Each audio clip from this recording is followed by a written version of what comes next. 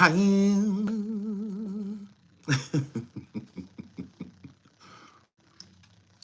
Oh, girl. Oh, God. Please hit the like. Please hit the like. Please hit the like. Absolutely. Absolutely. And we're back. And we're back. Yes.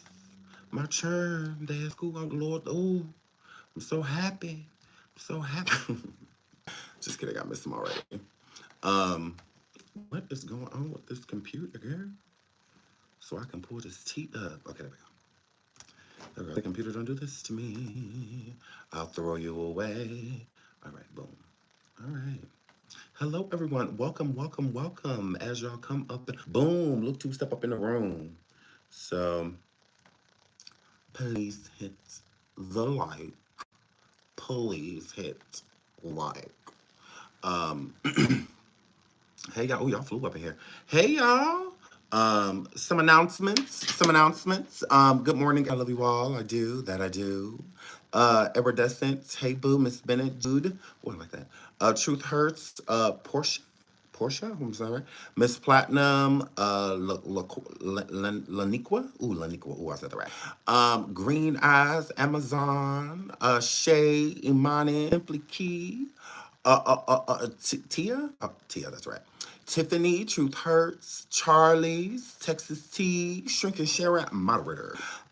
Leah, hi. Hello, everyone. Maureen, am I saying that right? Maureen? I hope I'm saying that right. Hi Isaiah. Oh, Namasan. Hey NaZiyah. Hey, I said NaZiyah. Isaiah. Not. What is going on with you, Sean? Denise. Hi. Hello everyone. Hello everyone. Hello everyone. Hey, Miss Keisha, moderator. Yes. So I love you guys. Please hit the like. Please hit the like. Please. So let's start off with some announcements. Y'all know we like to start off with an announcement. Let y'all get on up in the room. Let y'all get on up in the room. One of the number one announcements I would like to start off with, okay, before we get into the title and before we get into all of that other good stuff, I would like to start with this. So, you weirdos keeping into the comments saying that, oh, you don't need a body to convict or to prosecute. Can y'all please timestamp where I said that you do? Hurry up. Hurry up. Yeah, and hurry the up. Please timestamp where I say that they need her body in order to convict Jarvis Butts. Where do I say that at? Where? Hurry the up. Okay? Timestamp it and put it in your comment so that we can resolve this. Because you weirdos, again, because it's weird, because it's like if somebody says that, then I will understand you writing it. Then I would be like, okay, like, yeah, I'm gonna have to disagree with that. Because you don't need body. You saying that they need her body, otherwise he's getting off. Where did I say that at? Where? Ugh. I'm like, that was sad. Who said that? Who said that? Shout out to Isaiah. So my wife and kids looking at me crazy when I be randomly saying that. Shout out to you. Nah, my son. I be doing it too. Like just literally at random, like that little boy. I be like, ooh, nah, my son. I do the same thing. So, gays. So yeah, I never said that. The reason why I keep bringing up her body is for two reasons. Because y'all say y'all so smart and y'all tell me to go to check the law and all of that. Like, what the do I need to go check the law for? Hello? There's two reasons. I keep stating that. One, I want her body found so that he can be convicted permanently. Okay? That's the number one reason I want her found. Whether she's alive or rather deceased, I would rather her found. But obviously deceased, because how can you charge somebody with murder if she still may be alive? Like, weird. And then two, the second reason is because it makes people stop looking for her. If we don't need a body to convict this motherfucker, then why do we need to look for her? Make that make sense, weirdos. Make that make sense. So why not keep bringing up finding her? Because she does need to be found. And you weirdos like to bring up other cases. One, not every case is the same.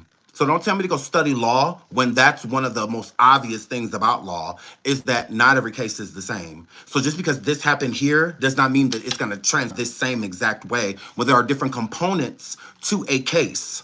Okay, so then you gotta bring up examples like Scott Peterson. Oh, Scott Peterson, they didn't find his wife or child's body, but they still convicted him, and he's also appealed many times, multiple times he's appealed because they don't have a body. Yeah, and he's also been granted a sentence, a resentencing. He's been granted that because they can't find a body. They don't have any proof that those people are actually deceased besides assumptions. So no, without a body, it makes it harder. See, y'all about right now, okay? Now her story, NaZiyah's story, is viral for now. Okay? It's viral for now. I don't have any thoughts on Allie Carter. They're viral for now. Okay? Eventually, this story is no longer viral anymore. Okay? It's not going to be viral. And then it's going to lose momentum, and people aren't going to care as much. So now while the attention is on this, yeah, everyone in the court will do everything in their due diligence to make sure that this follows through. Because Jarvis has done this, not in their life, but what he's done essay-wise, he's done it multiple times. And he's been freed multiple times. He gave a rolled an STD and still got to see the light of day after that. After being caught and remanded for what he did, he got out. So this will be his fourth offense.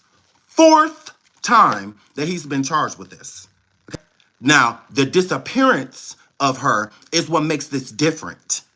Okay?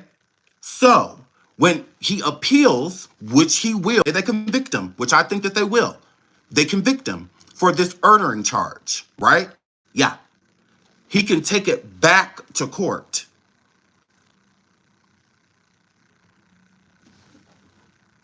He can take it back. So yeah, he can appeal it over and over and over and over. Okay?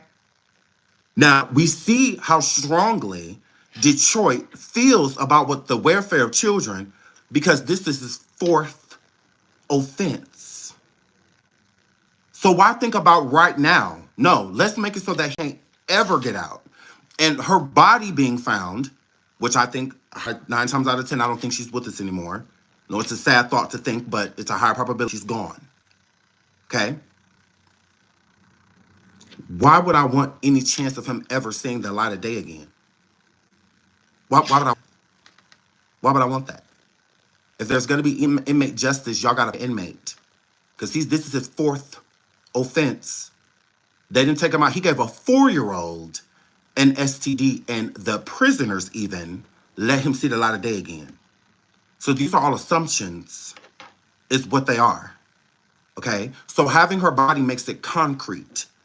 And then it's a double homicide because she was pregnant.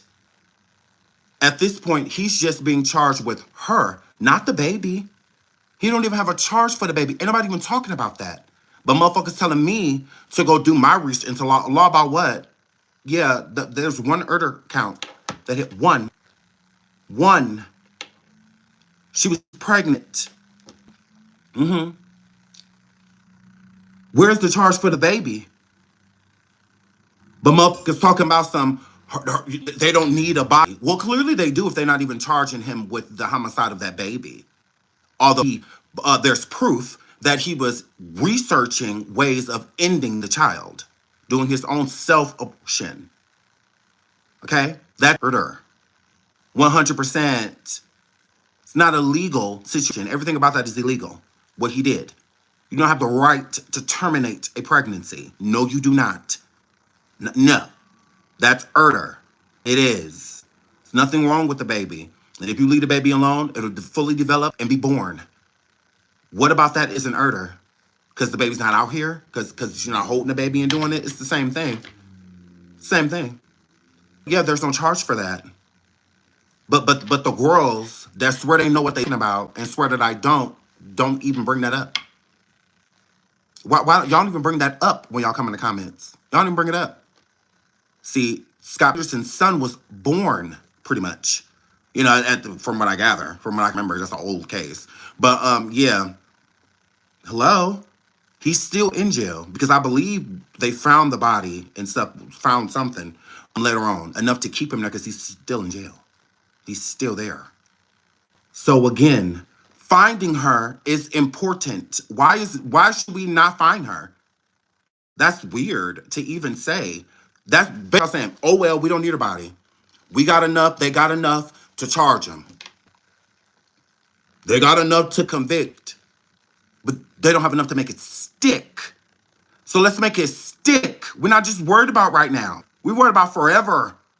She needs justice forever. If he took that girl alive, which seems higher probability that he did. So, hello? Yeah, I'm not stupid. You're stupid. Yeah, because that's weird to even say. I never said, he's there. They have him. Hopefully they do convict him fully. But to make it stick, we need her body. And not only that, how is the baby supposed to get justice if there's no actual proof, like an ultrasound or anything like that, of her being pregnant, besides conversations? That's not enough. It's not. I do follow cases, and the stronger ones, this ain't one of them. They don't have a strong case. Now, the other charges, the SA charges and the underage, yes, they have pretty much everything they need. With the text messages and all of that, that's enough to convict. But even the police department and the judge stated that there is not enough information to conclude that she is deceased. So they can't say out of their own mouth. The judge cannot say she's gone. The police cannot say she's gone. There's not enough evidence to say so. There's not. It's a high probability, but that's a probability. That's not a fact. It's not a fact that NaZiyah is deceased. That has not been proven. We don't know. It's an assumption. I'm assuming he took her life and buried her somewhere. That's an assumption. I don't have any proof behind that. That's it. It's an assumption of saying that he's going to be convicted without a doubt, without a reasonable doubt. That's an assumption. You don't know what's going to happen. And it's up to the jury. And evidence is what helps juries convict. That it makes it easier to do so. Because not everybody going to be on that jury going to look at that case like, poor girl. Not everybody going to look at it like that. Not at all. Some weirdos will sit in that jury pit and think like, oh, well, they basically had a consensual relationship. He wasn't forcing her to do anything and dot, dot, this and dot, dot, that. That's just what they were. Like, weird. Like, weird. Like, so, y'all weirdos, not me. I want her body found. What's wrong with that? Hello? They don't need her body. So stop looking? Is that what y'all saying? Stop looking for her body, y'all. They don't need it. Stop looking for her body. But people running around here giving the family flack. Talk, oh, they not looking. They not doing nothing. Why is there more being done? Dot, dot, this and dot, dot, that. Well, why does that matter if they don't need her body? Why does that matter? What we mad at the family for not out here looking with flashlights and stuff in the middle of the night if they don't need her body? The internet said they don't need her body, so we ain't mad at you, Shannon. We ain't mad at you, Annette. Y'all could just keep kicking it at the crib like I've been kicking it at the crib. Hair flip. Like, I mean, but y'all go off. Make a whole lot of sense. Y'all be the same weirdos acting like y'all outraged that certain people aren't doing certain things. Like her mother lady, you know, all that. Y'all said the father wasn't looking, and he was. His name is, what is it, Maureen? Maureen Jennings? NaZiyah's father? Had congestive heart, had struggling with congestive failure, you know, and whatnot. But he was looking for her. He was. You know, she has siblings. You know, he's married. Yeah. Before he passed away, he was looking for her. But don't nobody talk about that, though. You look into the majority of the social media and stuff over the last year, and you don't see that. The judge, Miss Sabri herself, said, I don't know where her father is. None of that. Why didn't they tell her that he was looking for her? Nobody told the judge. Nobody. You know, her father's name is Maureen, I think, Maureen Jennings, and he was looking for her. He was interviewed, all of that, you know. Hello? But nobody talks about that. Nobody. He hoped to see her again. He said he had a son and a daughter that wanted to see their sister. So he had other kids too with his wife. And the wife was looking too, side by side. But nobody talked about that. As far as we know, her dad was a lowlife that just gave up on her and abandoned her a long time ago. No, that's not true. The grandmother had custody. So that man had a story. But we're not going to get that side. Of course, it's to, blame, people without fully knowing what's going on. Like, we don't know the story. We don't, and he passed. So we probably never will, as whatever he told his wife. We probably will never know the story. But why doesn't his story matter? Because he may have made mistakes when it came to his kid. Everybody makes mistakes. Everybody does. It just is what it is. But yeah. So there's a lot of information. They said that Annette was 42. No, she's not. She's 61. There's a lot of misinformation. She's not 42. She's 61. Shannon said that he didn't live with her. Yes, he did. Live with your mom. You live with Annette. Annette owns the house. Belongs to her. The deed is in her name. She owns it. You live there with your kids. So when he was coming over there to visit, the reason of him being there was you. That's why Annette is easier for her to turn a blind eye to what was going on, because when he in the house, why would she assume that he there for NaZiyah instead of you? Because you live there. That's weird. That is absolutely insane. But let's not talk about that, though. Because she said that he lived elsewhere. And I have that recording. And we're going to listen to it, too. Because, Shannon, you said that he didn't live with you. Yes, he did. He lived everywhere, nomad. But overall, he spent the majority of his time with you. Correct. They said that NaZiyah didn't have a phone. Shannon, I have you on recording. You said NaZiyah didn't have a phone. She did. And not only that, her grandmother took it away from her. And guess how that out? You. Yeah. Now, she also contacted Jarvis via email through her tablet. And here's the killing part. This is how I have proof, which is in my title, that she went home. And we'll get into that too. But there's a lot about this case that doesn't make sense. And that's why I'm here. That's it. I'm not an attorney. I'm not any of those things. I have common sense to have the body, because having the body, you get to prove a lot of things like cause of death, why she died. It's just being listed as a homicide. You can challenge these things without a body. Yes, you can. You can appeal. So you can easily appeal and say, there's no proof convicted for murder. I would like to take this case back to trial and get my sentence reduced or removed, because there is no body. There is nothing to prove that she isn't alive. And then he testifies as the last people that seen her to say that she just walked off or he dropped her off somewhere, blah, blah, blah. The defense has to prove that's not true. It can't without a body. So I'm not thinking right now. I'm thinking long run. Long run, with a body, it will be easier so the conviction stays, so that we don't have to worry about an appeal or a retrial or anything like that. That's common sense. You don't have to go to law school to know something that's so simple. Weirdos. Like, no one ever said they can't convict with a body. It just makes it a weak conviction. That's all. It's easily challenged. It's harder to challenge facts. It's harder to challenge a body. It's hard to challenge an autopsy. It's hard to challenge a cause of death. It's hard to challenge those things. But when you have none of that, it's easy to challenge because it's non-existent. It's error. What's convicting him is assumptions would be at that point, and assumptions are easily broken. Yeah, because all it takes is a fact to get rid of him. That's it. All it takes is a fact. Imagine him on the day that they're about to convict him, and NaZiyah walks into the courtroom. Do you know how of a joke, of a circus, this would all look? Because there's no proof that she's gone.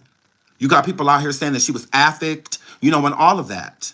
And there's narrative running that she was affect. That helps Jarvis. That's why I still to this day, she gone. Where her body? Because I want him convicted. I don't even want a thought out there of that this girl could still be walking around if he's being charged with murder. That means that she is deceased. So finding ways making her alive and stuff like that is crazy. Like, it's like, what are y'all doing? That's what makes things chaotic. I'm not making it chaotic.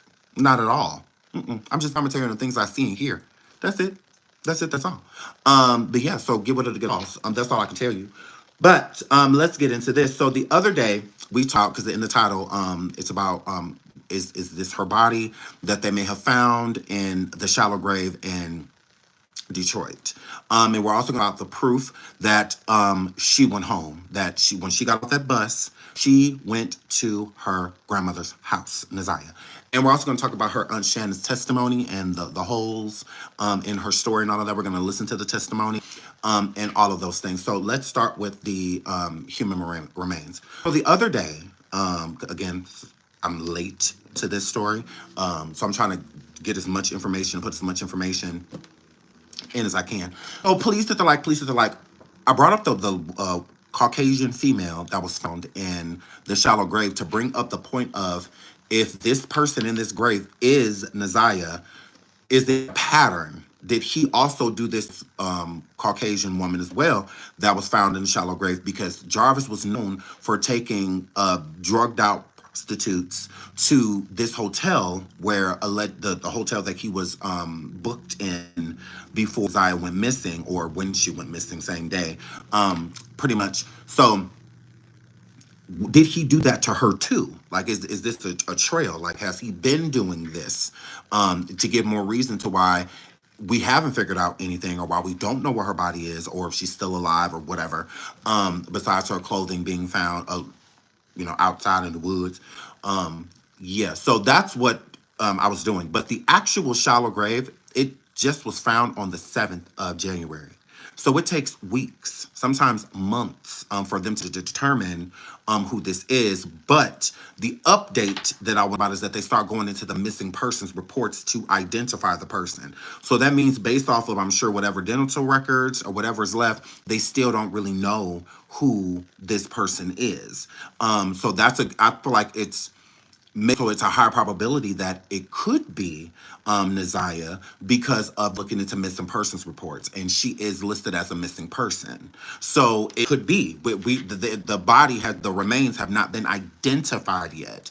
And I do want to put this up too, because people were saying like that the updates state that the body was adult female. No, it was not. It was not identified yet. Hold on, meet receipts.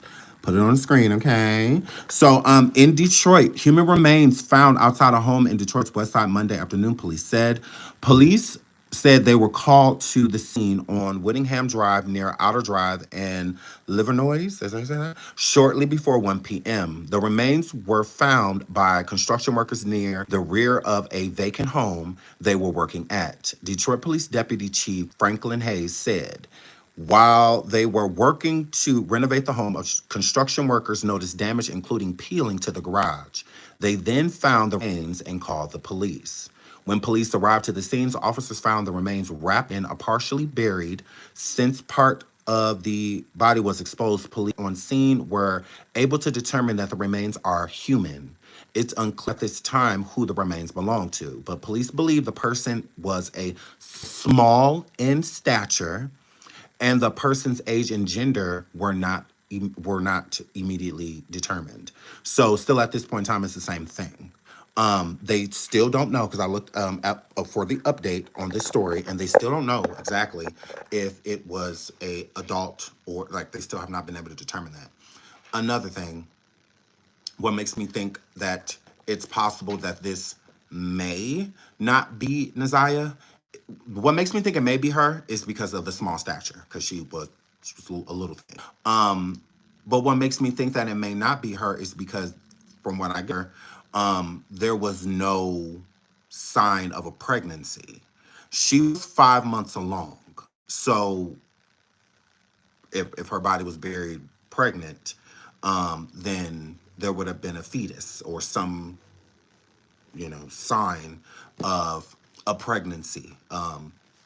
But if they remove the fetus, then, so I don't know. The jury is still definitely out when it comes to this, but it doesn't exclude her. So it's a high probability that it still could be her. I'm not saying that it's not, but I do think that there would have been some sign of a pregnancy or a baby, a fetus, because the baby was 5 months. So maybe like a small, because I don't think that within a year that the body would have been like completely deteriorated. I think it takes more time than that. So yeah, I think that there would have been some form of a pregnancy. Fact two, but if they removed the pregnancy from her and separated, her from, the baby, then again, it could still be her. So we don't know. The jury's still out. It just happened on the 7th. It's only the 22nd. So, we will keep you posted on this, whether it's her or not. I will keep y'all updated on this corpse that they found. And then also, I wanted to show y'all this too. But from what I am gathering, I believe that this was a grown woman, but we don't know. I don't know that yet either. I'm still looking for updates on this because it says that I saw this too. Woman found unalive from a pow wound, a gunshot wound, inside and left out of vehicle in West Side Detroit. So, and then it says a woman has been found unalive from a gunshot wound to her body inside a vehicle in the West Side. The woman was found on Thursday, January 16th at 7:20 p.m. on the 10700 block of West 8 Mile Road. The circumstances at this time are unknown as the Detroit Police Homicide Unit investigating the scene. This breaking news story updates. So, yeah, so I don't know, has anybody about this as well? Because I've just been canvassing anytime I hear anything about a body in Detroit, about a woman, a female body, I try to stay on top of it. So they also just found a woman deceased in a vehicle. Now, I didn't hear anything about a pregnancy, so that's another thing that, makes me think that maybe this was a woman of a separate incident, but I did see this too. So, and this just happened on the 16th. So, yeah, and there has not been much of an update to that, so I don't know, but I'll keep my eye on that story too. So, but yeah, God rest both of their souls. Like, that's insane. So let's move on. Let's get into NaZiyah coming home. Let's get into that. Hold on, let me pull this up right here. So NaZiyah,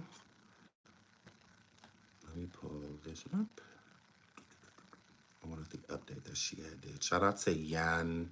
I think it's Yan. It's YAN. Dear Facebook. She's been covering the story a lot, and she's been doing a really good job. Shout out to her. So I'll be following her updates and stuff too. So before we get into the interview with Shannon, let's get into the NaZiyah. Oh, it's right here, right here, right here. Okay, y'all, I have an update on the NaZiyah Harris case as well. So it looks like more evidence came out about what actually happened to her. So we all know that the judge ruled for him to go to trial and everything. Okay, so she's updating after, Jarvis went to trial and whatnot, the new evidence that had came up. Now, I have a list of the same evidence. I have it on Megan, I think it's Megan, kind of? I don't know. But I have the same list, so I can put the list up too. So she is telling the truth in everything that she is about to say, because I have to go research. I'm like, oh, wow. If that happened to... Listen. Okay, so her grandmother reported her missing on January 9th. NaZiyah had used a school-issued tablet to send messages from her class to Butt's phone to Jarvis. So did you hear that? Did you hear that? NaZiyah used her tablet to send him those last messages about picking her up. Okay? So not only was he supposed to pick her up from school, like we've stated over here, here's the bigger issue with this. NaZiyah used her tablet Where was NaZiyah's tablet before the family turned it in? Where was her tablet? At her grandma's house. NaZiyah's tablet should still be with her if she got off that bus and went straight with Jarvis. The tablet was at home. Fact. The tablet was at home. How did it get there if she used it at school and didn't come back home? Her last message came from the tablet to Jarvis. That's the system. She didn't use her phone because her grandmother had took it. The grandmother had the phone, although they state that she never had one. Yes, she did. And she also stated in the messages, which I can pull up, uh-huh. Yeah, there are two tablets, correct. But the tablet that she turned in, the aunt turned in, was the one that the police, the receipts, because they didn't have the receipts prior of one of the last things she said. The last person she spoke to was Jarvis from that tablet. The one house, not the one that the police had already had. They didn't get that information from there. That's where they got all those old messages of the freaky deaky, and all of that stuff. That's where they got all that. But her last whereabouts, they got from the tablet in the home, the one that turned in months later. And Shannon said that she never turned it on because they even asked. They're like, "Well, did you ever think to turn it on? It was dead. All that it wasn't powered. Nothing. It had just been sitting there. It had just been sitting there. That's where they got the message of where she said to Jarvis to pick her up by what was like 3 p.m. or something like that, for him to pick her up. So he's supposed to be picking her up from school, not from house. So how did that tablet get there if she had it that day? It's not like she didn't have it that day. She did. That's the tablet she used. It was a school issued. Her school issued tablet was the one that was at home, not just a random one that she had. Like, no. How did that get there? Shannon, how did that tablet get in there? Annette, how did that tablet get there? How? She either went home or Jarvis brought it back over there after he did whatever he did to her. One or the other. Because it would have been stupid to have it there at all. That's why I think that she had it, because they didn't know about it. A piece of evidence that they left behind. A piece of evidence that they left behind. So, hello? How did it get there? Okay? And again, she states, hold on, because I can. She said the message came from the tablet. Okay, y'all, I have an update on the NaZiyah Harris case as well. So it looks like more evidence came out about what actually happened to her. So we all know that the judge ruled for him to go to trial and everything. Okay, so her grandmother reported her missing on January 9th. NaZiyah had used a school issued tablet to send messages for class to Butt's phone. So that is the tablet that they found in the home after they conducted a search warrant, because I got a search warrant on NaZiyah's grandmother's house. After that warrant was done for them to go in and get pretty much damn near everybody electronics except for Annette's and Shannon's.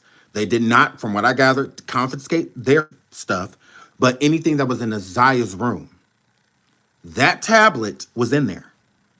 This same tablet, the messages came from her that day from school to Jarvis to pick her up. How did that tablet get in the house if NaZiyah did not go back there?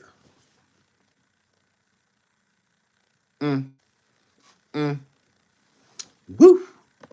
To Jarvis, so we had that all wrong. So she used the school electronics to text him, and that's why she had school, and she had that day at school. Literally, it's right there in your face. If she contacted him from that tablet and he did not pick her up, That means that she went home when she got off that bus. Even if she stopped somewhere prior, she went home. How do you explain the same tablet? Now she had a different tablet and like the one that wasn't from the school using that tablet to contact Jarvis, that would be a whole nother story. Because then she could have easily left that tablet at home and it just had other messages on it from, him and her. That would make sense. But it makes sense. The same one she had that day, and they said she never came home. Then when did she change clothes? And how did that tablet get there? She didn't have a change of clothes at the shop. So she would have had to do it there. Went home. It only makes sense. Jarvis wasn't there. He didn't pick her up from school. And he didn't pick her up from the bus stop because no one saw her get into a vehicle or anything like that. So where did she go? I said, I'm going to delete the text. Okay. When she got off the bus, she went to meet Jarvis and King, his co-worker that worked at the body shop with him. That's who she went meet. So they went to something called Puslani, Michigan. Correct. And then Now I'm gonna need y'all to I'm gonna need y'all to correct her. I'm gonna need y'all to correct her how y'all did me. Cause y'all did me dirty. Y'all really have to do me like that. Y'all could have let me say Puslani's. Y'all could have let me say that. Y'all could let me say it. But y'all don't want to let me say that, Tom. Y'all got y'all goddamn nerve. Nah. I'm gonna need all of y'all. Please correct her, please. Put it in the chat. No, no, this is happening. No, no, no, no. This is going down. Y'all need to pronounce how to say explicitly to her. How y'all tried to do me. Thank you, Lady K. Thank you, girl. Thank you, Texas. Look at y'all. There y'all go. There y'all go. Yeah, they tell y'all to get it right.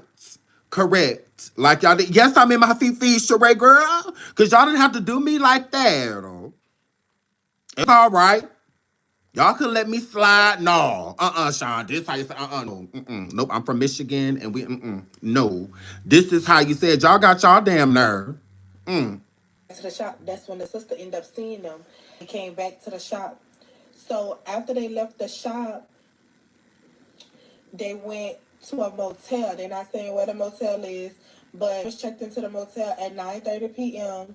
to 12 p.m.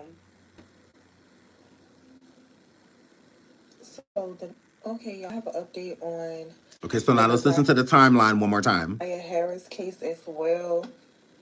So it looks like more evidence came out about what actually happened to her.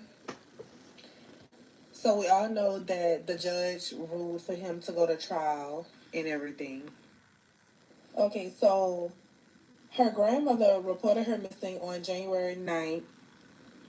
NaZiyah had used a school-issued tablet to send messages from her class to Butt's phone, to Jarvis' phone. From her class to Butt's phone. Keep listening. So we had that all wrong. So she used the school stuff, electronics, to text him, and that's why she. And that's the same one that they took from the home. So that means that she had to have went back home. She did. I said, I'm gonna delete the text. Okay. When she got off the bus, she went to meet Jarvis and King. And Jarvis and King was inside of the motherfucking car at her grandmama house. At her grandmama house. She went in, took her stuff in the house, changed clothes, and got back in the car with those two niggas. His co-worker that worked at the body shop with him. That's who she went meet. So they went to something called Puslani. Correct. They went to Puslani. Yes. Michigan. Puslani's, yes. Then they went back to the shop. That's when the sister ended up seeing. And then they went back to the shop. So then the sister saw NaZiyah in her testimony while she was at the shop. Okay? So this timeline works. This timeline fits, right? Now, notice in the timeline how when she gets off the bus, how she just ended up with Jarvis and King. Notice that. How does that happen? Where did they meet her? It was not at the bus. It wasn't. And Also, there are no messages between NaZiyah and Jarvis after school. After she got on the bus, she did not message him after that. The next time she saw him was at her grandmama house. That's where she saw him. It also explains the change of clothes and also explains how she left that tablet with the last messages that she has sent him or sent anyone on that tablet, how she left it there. That makes sense. She goes out. They whether he was Jarvis was in the house or just outside. He could just been sitting outside in the car with King, and she saw them out there. They chopped it up when she first walked up. She went in the house, changed up the tablet, came out, left, went to Paslani's. Girl went to Paslani's, and then went to the auto body shop. After that, where the sister saw her, King, and Jarvis, but she was inside of the SUV by herself, getting in and out. Them when they came back to the shop. So after they left the shop, they went to a motel. Then So they left the shop like, or I would say it would have to have been sometime after either 6 or 7 p.m. And I don't think they went straight to the motel. I think that there was other stuff and maybe other places that they stopped because there are other witnesses that state that they saw them in name Eric Sean, what's the city's name? Please, girl. Lady K, don't do that. Please. Yes. So because other people had seen them. So then they had went to the hotel around 9:30. Okay. And I think that when he had went and checked in, that's when they had got rid of King. They had got rid of King after that. Either they got rid of King after that or King helped him do what he did to that girl because he was sleeping with him too. Yep, I said it. I said, what the I motel said it. King ain't said nothing, and King was complicit because King was sleeping with Jarvis too, allegedly. is. But Jarvis checked into the motel at 9:30 p.m. to 12 p.m. So the okay, y'all. I have an update on. King left at 6:30. Mm-hmm. King left. Look at she like what? Sean, what? What did it just say, girl? What did you just say? Who is King? King is the associate. Isn't that what's his name? His real name? Just what is his real name? Oh, what is his name? Because he a convict too. He a convict too. But he was with them. He was with them. Is Cordell what? Uh, where is Cordell's phone? Okay, so Cordell is King, right? King is his nickname. Okay, right. Yeah, because Cordell, right? Yeah, he the one with he got a crazy record. He got a crazy record. So yeah, Cordell and King are the person. Okay. Oh, not his real name, bastard. Y'all think so? Y'all think they both did it? Well, because he said he left around a certain time. So I don't know. I don't know. the NaZiyah Harris case It's nothing. You can't really believe anything Cordell says. Cordell seems like a habitual liar. as well. So it looks like more evidence came out about what happened, what actually happened to her. Okay, hold on. We are okay. Listen to So this. we We're gonna all come know. back to her. Shout out to Jan. Love her. We're gonna run over to right here. To the this interview that the aunt had did. Okay, so they're going to talk to Shannon. Now, I want y'all to hear some key details because I think these details help with what happened to NaZiyah and how Shannon felt. And I also believe NaZiyah had a cell phone. If you pay attention to those messages, NaZiyah said, I need a new phone. I don't think that they knew about NaZiyah's phone because I believe Jarvis got the phone for NaZiyah, like a little prepaid phone or something like that. But she definitely had a phone. She did. The tablet is what I believe that she used, when she turned like maybe like 11 or 12 is when she started like, using that. But I think that he got her a phone, either that or she bought her own little prepaid phone. Like you don't need an ID or anything like that to get a phone. But I do think that she had one. And I think that Shannon kind of puts her foot in her mouth because she says that once she says in the same breath, she says that she didn't have a phone, and then she said that she did, and that anytime they did something bad or wasn't supposed to do it, or when anytime NaZiyah did something stupid, that her mother would take the phone away from her. So did she have a phone or did she not? Like, Did she have a phone or did she not? What did the judge say? I said that the judge said that NaZiyah's father wasn't present. That's what I said, and she did say that. It's in her closing statement. Hello.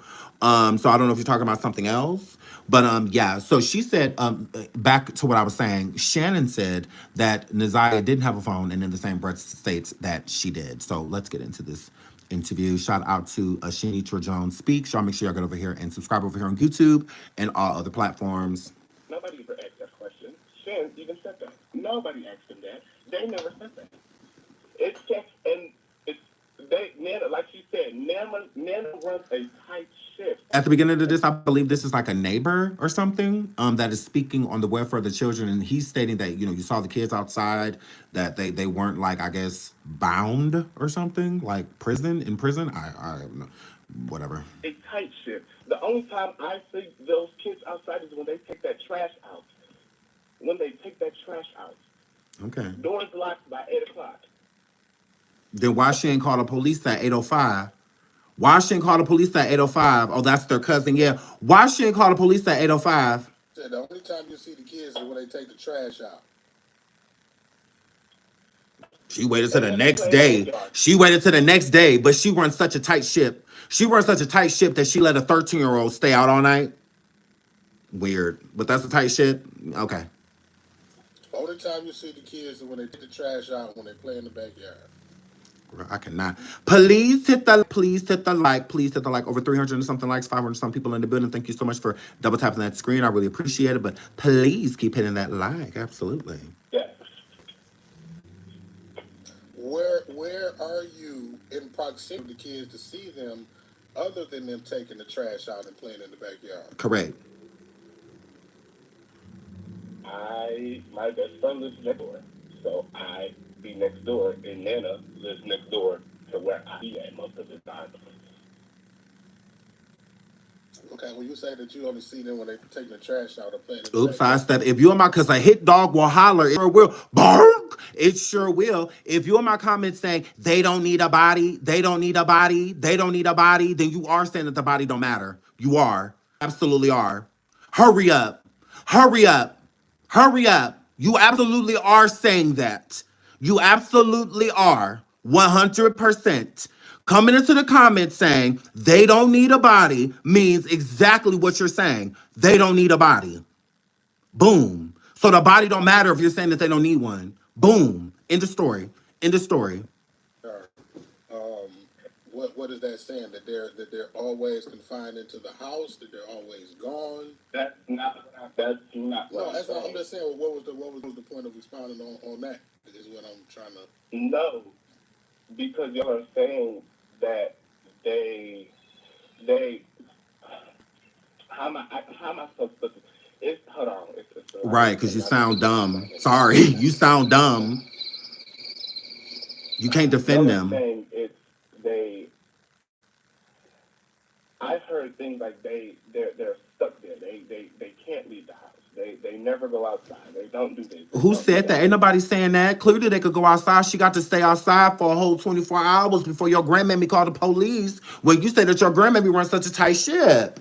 That your cousin, whoever she is, that Annette runs such a tight ship. She's such a tight ship that he been sleeping with this girl since only God knows how long. But her ship's so tight. She runs such a tight ship, but she allowed her granddaughter to go hang out with a pedo, to go unsupervised to a shop and hang out with a pedo. But she ran a tight ship. How tight is the ship? What are you talking about?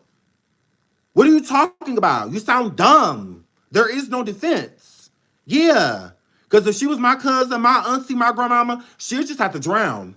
Yeah, there is no protecting her. You ask me about her, fuck her. Yeah, I don't have anything nice to say. No, I don't have anything nice to say. I don't give a damn if she is a good person. She took us to church. She looked out for us. This and that. No, not at all. It's a wrap for you. It's a wrap for you. There is no defense. That it's all of this. It's all of that. Abuse this. Abuse that. Never that. Never that. It's nothing like that. Nothing like that. Y'all are on things that y'all don't know about. what's getting me. That's what's getting me. So now, So do you know Jarvis? Not personally. I never spoke to that man in my life. I know of him, but I've never been in his presence. Like, yeah, I know of him, but I never spoke to him. Okay. All right. Well, I guess is there something else that you want to say besides, I guess, rebutting the things that you've seen in the comments in regards to what? I'm good now. I'm passing to Shan. Yeah. All right. Well, okay. All right. Well, Okay. Now I had another caller coming in, but go ahead, Shannon. Let's see what you got to say because you had something. Now this Shannon big nasty back of that ass. This Shannon hip hop anonymous. Okay, here she go, y'all. Okay. First off, what I meant or what you guys wanted me meant to say or whatever, but this is what I said. Whatever Jarvis did or really did, I don't know. I really don't know. You do know. See, this is why I don't understand how the family has not beat her up yet. This is why I don't understand this because she keep doing this and having this imagery because she's still with Jarvis. She's still putting money on his books, all of that. Yeah, ho, I looked. Yeah, I very similar because I called Shannon this morning. Yeah, I called Shannon this morning and a child answered the phone. I'm like, damn, like, girl, no supervision. So I called her this morning and I also called her big back and sister. I called her as well. I sure did. And then when she answers the phone and I said, yeah, I called. You did? Mm-hmm. Correct. I sure did. Yeah, I did. Girl. So I called the sister. What's her name? Kim Miata or something. I don't know. Because I was whatever. So I called her and then I asked her by name, and then she says, no, she don't stay here. It's like, girl, bitch, it's you. Like, girl.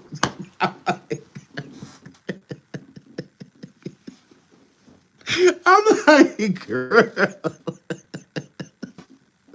This is you. Like, what are you talking about? I'm just like, hello? You just love playing games. I'm like, girl, that is sad. That is sad. Annette maiden name is Bussy. Correct. It's Annette Bussy. So if y'all been looking for her, girl, and you're just looking at her Harris, no, Bussy. Bussey. I bullshit you not. Bussy. Annette Bussy. Okay. That is her nut. That is her name. Her mammy name is Annette Bussy. Bussey. Right? Now that's also not, it's Annette Bussy Harris. Correct. The deed on the house that NaZiyah was last living and seen at in Umagura is under Annette Bussy Harris. Correct. Yeah. And her and Shannon live in the same home. Shannon's there too. She sure does. Mm-hmm. And Shannon Churn lived there as well. Correct. And so did poor little old NaZiyah, our girl. She lived there too, all underneath the same house, and the deed is owned. So the house is owned, and it's owned by Annette Bussey, Bussey Harris. Correct. Her father's last name was Bussy too. And I'm a group. So yeah, that's what they were. What? I'm telling y'all the truth. Yes, Annette, just like that, simply key. Annette Bussy Harris. Correct. That is her name. You can look it up. I'm not lying to you. I'm telling you the truth. That's how I know I have to write people. Shannon and her sister are twins. They're both 31 years old. I think I need to know. I do not play, which I'm very thorough. So yeah, so I called Shannon this morning and her 1-year-old answered the phone. Correct. It was the baby. I was like, ugh. I said, your mama there? I was like, ugh. You sound bad. Where's your mama at? Put your mammy on the phone. Where that unfit at? Go get her. Yes. Go get that bitch. Where your mama? All on the phone. I was gonna scare her. I was gonna be like, ugh, and scare her. I was. But I was just like, where your mama at? I got time for all this damn shit. I'm about to go live. Hurry up. Where your mama? So then she hung up on me. So I do want to say this to you, Shannon. I want to let you know, fuck your baby. Absolutely, she tried it. I do not discriminate. I absolutely do not. I got nieces and nephews. Oh, my niece, she was about 2, 3. I will have her handle her. I don't know what her problem is. I'm sitting over there trying to help her. I'm trying to get CPS over there. So the CPS get that damn baby stuff about the goddamn house. She got the audacity to hang up on help. I said, girl, not you hanging up on the help. Yeah, that little heifer hung up on me and it's a problem. I said, oh no, you got your nerve. So I called her right back. I said, I know you didn't hang up on me. No, y'all fuck that baby. No, because she did not have to hang up on me. I didn't do nothing to her. It ain't my fault that her daddy ain't shit. That ain't got nothing to do with me. And her mama ain't either. And her neither is her grandmama. So I'm like, look at here. I don't know what you hanging up on me for. Girl, do we have a problem? I said, hello? I ain't do nothing to you, little girl. You was supposed to be on that, y'all, and they said that y'all don't be on phones and stuff. They said NaZiyah got on phone, but you sitting over there a year and already phone. Let me find out you over there texting Jarvis too. Let me find out you hung up because I ain't Jarvis. Your daddy, baby daddy. Girl, she got her nerve. No, y'all. Then she gonna have the nerve trying to hang up on me. I said, oh, excuse you. So of course I called right back. I sure did. I sure did. So yeah. So this is Shannon, y'all. Yes, I did have 5 kids. But wait. Stop right there. Hold on, Shannon. Stop right there.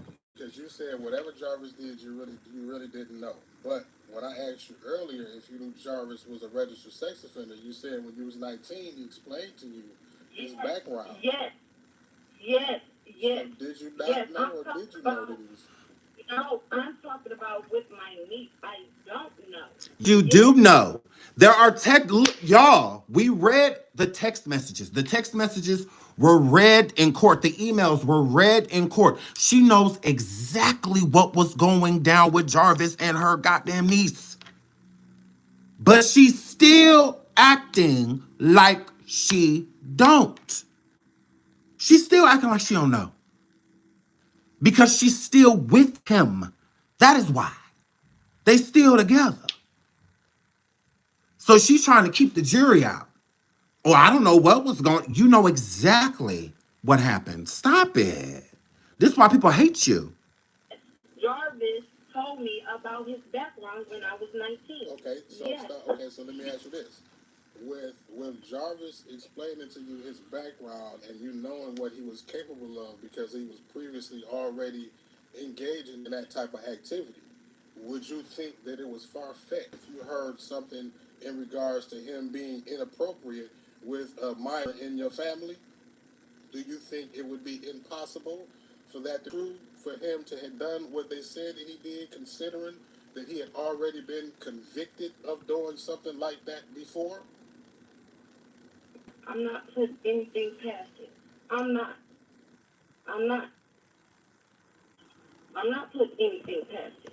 How are you not putting it past it, but at the same time, you're leaving the door open to him to be innocent when you know him to be guilty? You know that he is guilty. You know. So why do you keep leaving that door open? What's the point? You keep trying to make it seem as if there may be some innocence to him because you're supposed to be angry with him. You're supposed to be denouncing him. You are doing none of those things. None of them. Girl, she should be cussing him out. But for the ones that say that I have anything to do with it, I don't.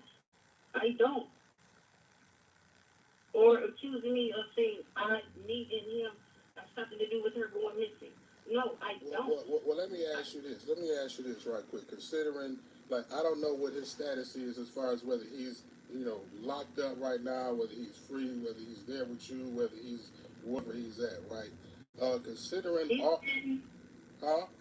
He's been incarcerated since the 7th. Okay. So considering the allegations at him surrounding his name, and that been, other allegations. If she wanted him to go down, she would have no dealings. You can't still be putting money on this nigga books, having conversations with him. She is still talking to him to this day. To this day. So that means that she does not care about NaZiyah. I think that she wants the world to think that she cares about NaZiyah when she don't. When she glad NaZiyah is dead. She knows that NaZiyah is gone. She knows that she is. She doesn't have any remorse. And this shows that she doesn't have any remorse because she is still defending him, speaking with him. Again, I've said this damn near every show. He could get out of jail right now and he could parole to her home. He could parole to her home. Right now. She is in love with this man. He ain't even a man. He's a monster. But that's what she wants. So I don't think that this has anything. She's the type of bitch. She a for my man type of female. She'll go down if it means that he gets out and they can reunite. She would. She'll do anything for this dude. It shows. Instead of how does everybody else see the signs? There's been multiple reports to CPS about other children in the household and whatnot. But she says that she don't know nothing. All I know is that what he told me when he was 19, when I was 19, and what he told me, everybody was telling me in the family that he was doing to them. People called the police on him, CPS reports and stuff done, yada yada. But all I saw was the niece and uncle relationship. No. Of him, other than this, how do you feel moving forward with him from this day forward? I mean, I know it's kind of a heavy question considering that you got 5 kids with him. You know what I mean? But is this a situation where, you know, he gets out, whenever he gets out, if he gets out, and you are per se by his side the way that you are right now? Are you even in any kind of a way questioning him as a person, his credibility as a person, his credibility as a man at this point? I am questioning about the fact that if he alleged did anything with my niece, but for him to come out, it's a Literally said if he allegedly did anything with my niece. We know for a fact that he was sleeping with and essaying that poor young lady. We know that. We know that he groomed her, all of that. It's fact. There is no allegedly. This is her just being in denial because she knew the whole time. So this is a game to her, like within this moment, to keep him in his image okay enough for her to still be with. That's it. She has no intent of, and listen to her answer. Hold on. He alleged did anything with my niece, but for him to come out, it's a pick and choose. It's a pick and choose side. I'm siding with my kids. I have 5 kids. Yes, I have 5 kids with Jarvis. Yes, I do. But I'm here for my kids. I have to protect my kids. Yes, NaZiyah wasn't protected. I don't know if he did or not, but I'm not putting anything past it. I'm not. So how do you go from saying yes, NaZiyah was not protected? So you see how she keep putting her foot in her mouth. Yes, NaZiyah was not protected. Protected from who? Jarvis, right?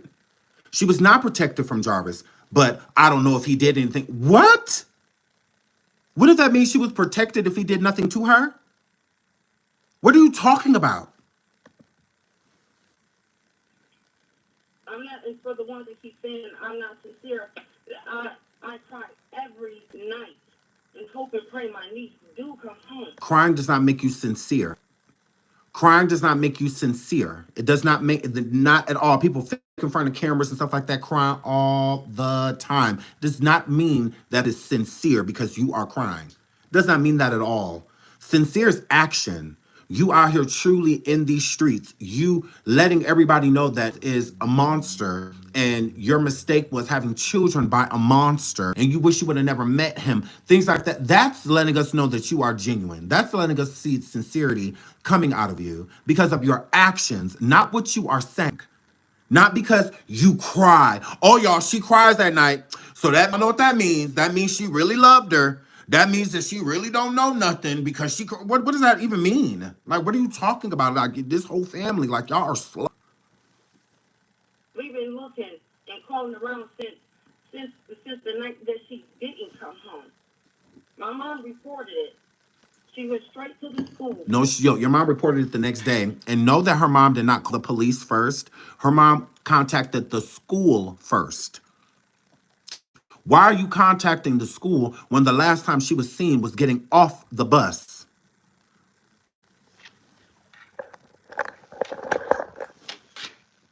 Annette, why contact the school about NaZiyah missing when the last time she was seen was getting off the bus? That means once she get off that bus, the school is no longer responsible for her. Bitch, you are. Yeah, you are. Your old ass is. You responsible for after that. What are you calling the school for? For what? Hello? Because you didn't call the school the day before. That's when I would have called them. If the last I heard about my kid, adopted or not, family member or not, the last time I seen him, or they said he was getting off the bus, I'm calling the school then. Can you get in contact with your bus driver? Can you ask them they see which way she went? You know, stuff that you contact the school that day. Why wait till the following day?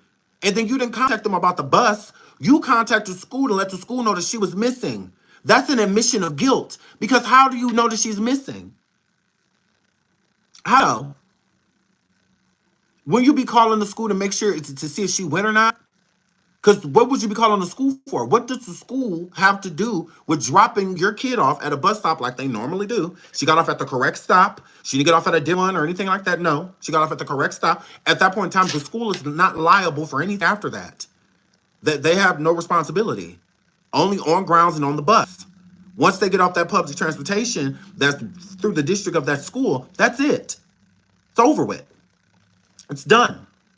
What do you contact for? She contacted the school before the police.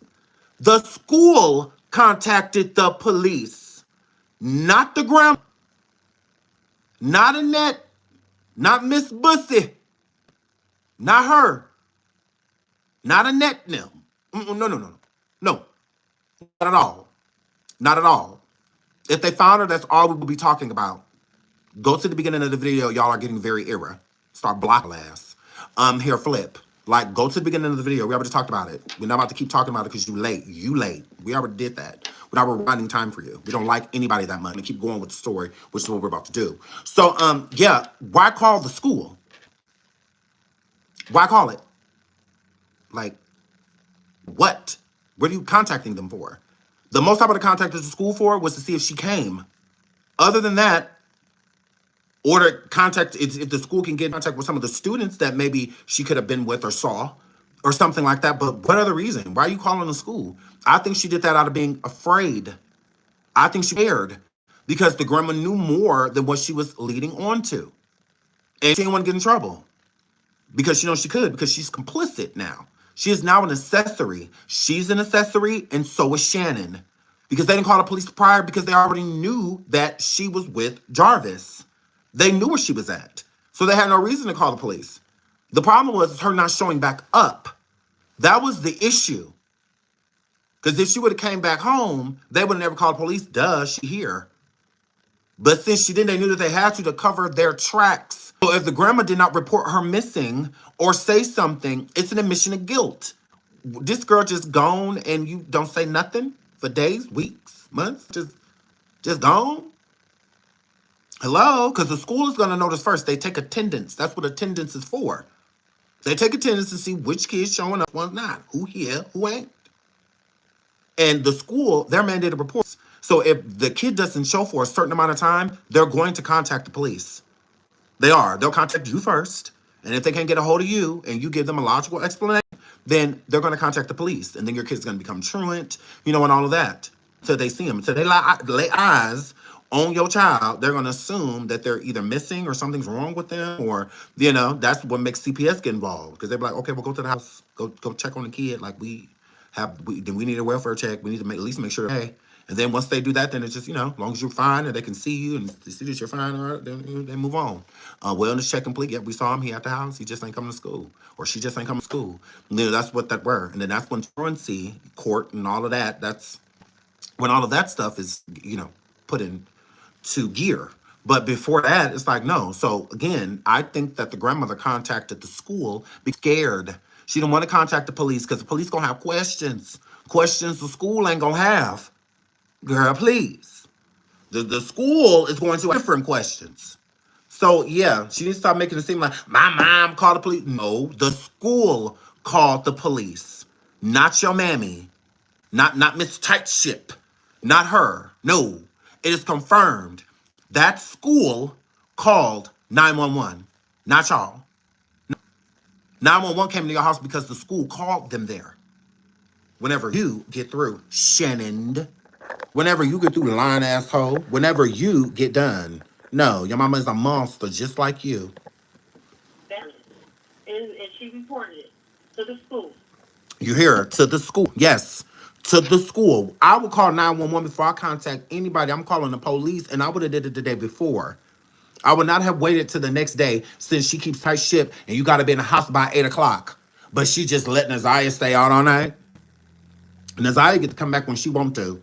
It's been a whole year since that girl been the granny running tight ships, please. Miss me with that. And the school police did come to our house. Yes, they came to the house. Questioned everything. Questioned us. Asked if she had any cell phones. She said she didn't have any cell phones. Because if she did, any that was dumb, my mom would take it. So again, she said that NaZiyah did not have a cell phone. Okay, listen. Hold on. Was dumb, my mom would take My it. fault. Let me refresh. Yes, they came to the house. Questioned everything. Questioned us. Asked if she had any cell phones. She said she didn't have cell phones. Since she didn't have any cell phones. She did anything dumb, my mom would take it.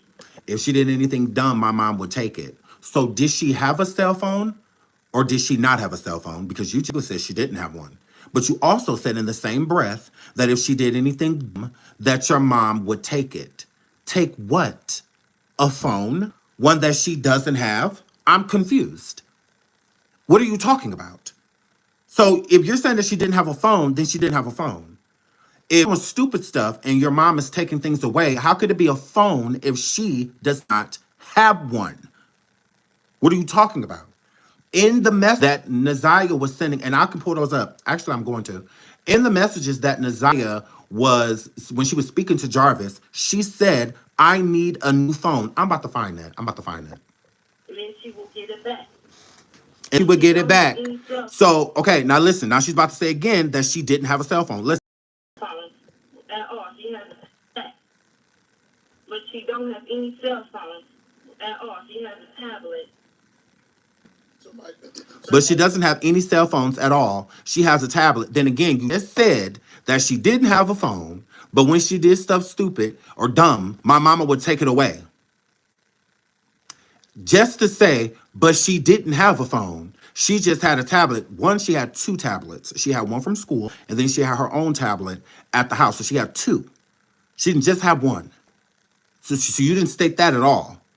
Okay? And then you also say out of your own mouth that when she did do stupid stuff, something non-existent was taken away, but she didn't have what was non-existent anyway.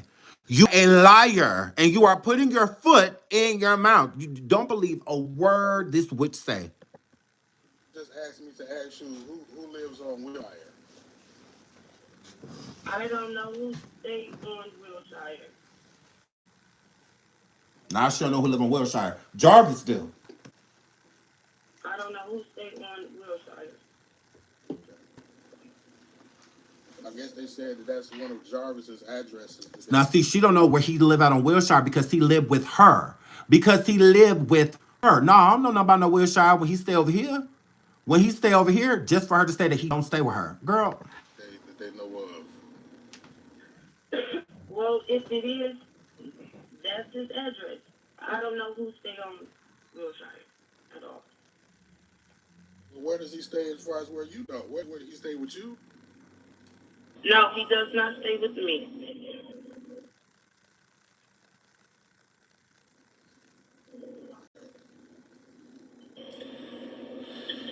Well, yeah, I just, I mean, I'm just perplexed about that. I got so many questions in my mind. I don't know which way to go with it. You know what I'm saying? And it's like I don't, I have questions, but I don't want nobody to feel no kind of way as far as like me trying to, do in front of an audience type shit. But there's a lot of questions in my head. It's the lies for me. You got this dude. Y'all still sleeping with each other, all of that, but he don't stay with you. He not coming over there spending many nights, multiple nights, sometimes spend the whole weekend, then go out and trick and do the stuff that he do, then come back sleep. But the whole time getting out of your head, going to do stuff with your niece, and all of that stuff, your other nieces and stuff, even your own daughter, all that. Girl, please, what are you talking about? It's like you didn't care that he was doing stuff to the people in the house because at least it was at home instead of him out there in the street with other females. A lot of stuff, man. Like, but at the end of the day, the general. It's that she can't be honest, because I can at least appreciate you being honest and being like, okay, well, he don't necessarily like live with me, but you know how it is when you seeing somebody. They do spend the nights at the house, stuff like that, blase, blase. She don't even say that. Oh no, he don't live with me. He just like, then how did he get so much time with NaZiyah? Because what was he there for? Because he could come pick up his kids and go. What is he there for? He proposing to you and all of this and all of that. What are you talking about? How is he proposing to somebody he not with? What are you talking about? What? You got a 1-year-old by this dude. So that means that y'all were clearly still sleeping, sir. But you don't want to talk about none of that. You make it seem like he barely ever came over there. And when he did come, it was pretty much just for his kid and believe. The lies. The lies. Point is, this girl need to get home, man. This girl need to get home. This girl need to get home. Because, somebody got to know something, man. There's too many people pointing the fingers, too many people around this girl that know her regular routine, that knows something, man. And there's too many backtracks and too many, So do you so when Tamara Liberty's call, you don't recall, saying that she actually left the house before? You don't remember telling anybody that? Okay, you talk about. I feel like NaZiyah and him were rendezvous in the basement because then no one would know that he was there. So I feel like they had those messages, and I feel like she had like the door unlocked or something. He was sneaking the house and sneaking the basement, and they will rendezvous down there in the basement. So that nobody would think too much of it. That they see her coming out the basement, they're not going to think anything of it. She's just coming out of the basement. And I'm sure she was the one that let him know when the coast was clear. She'll go around the house, make sure when nobody like in the living room area or at any point of an exit. And I think he would sneak out. And then I think he'd come right back to the front door, ring the doorbell, act like he was coming over there for Shannon. That's I feel like it was a situation like that, to where it's like sneaking a boy in, like sneaking a boy or a girl in. Get in to where nobody really gonna hear you, or things like that. You go out in the basement, something like it's no different. Like it's not rocket science. I think that she was sneaking him in, or he would creep inside of the house, just like when he creeped in there and stole her panties. I don't think that her grandmother knew that he was there at that point in time. I think that's why he crept in. See, he crept in because he thought that maybe NaZiyah was there alone, or NaZiyah was there alone with other kids. But to come to find out that she had left, because he wouldn't have went there if he would have thought that she wasn't there. So since she wasn't, he stole some of her panties. I don't even think the grandmother knew he was in the house at that point in time. I think he snuck in. Not that he couldn't be there, not that he wasn't them, but it's doing it more so that you're keeping it discreet. So that people really putting 2 and 2 together when y'all getting busy, although people do know that there is something going on due to the energy. So yeah, I think that she would just sneak him in. The lady, I remember the lady walked me and my mom to her car. Yes, I do remember. I do remember the lady, but I don't know her by name, by Tamara. No, what I'm asking you is, do you remember telling her that at some point See, of I time? don't believe Shannon caught them. I think grandmother caught them. I think the grandmother did because the grandmother spends way more time at home than any other adult that stays there. I think the grandmother crept in and saw them or heard them. Because if he coming in the room doing stuff to NaZiyah, because one of the family members, the niece, she said that when she was 9, he tried to get her to get down with the get down. She said no, and then he had SCX with NaZiyah right there on the floor, basically in front of all of them, the kids that were in the room. He did it right there. So if that was going on, someone heard and saw something.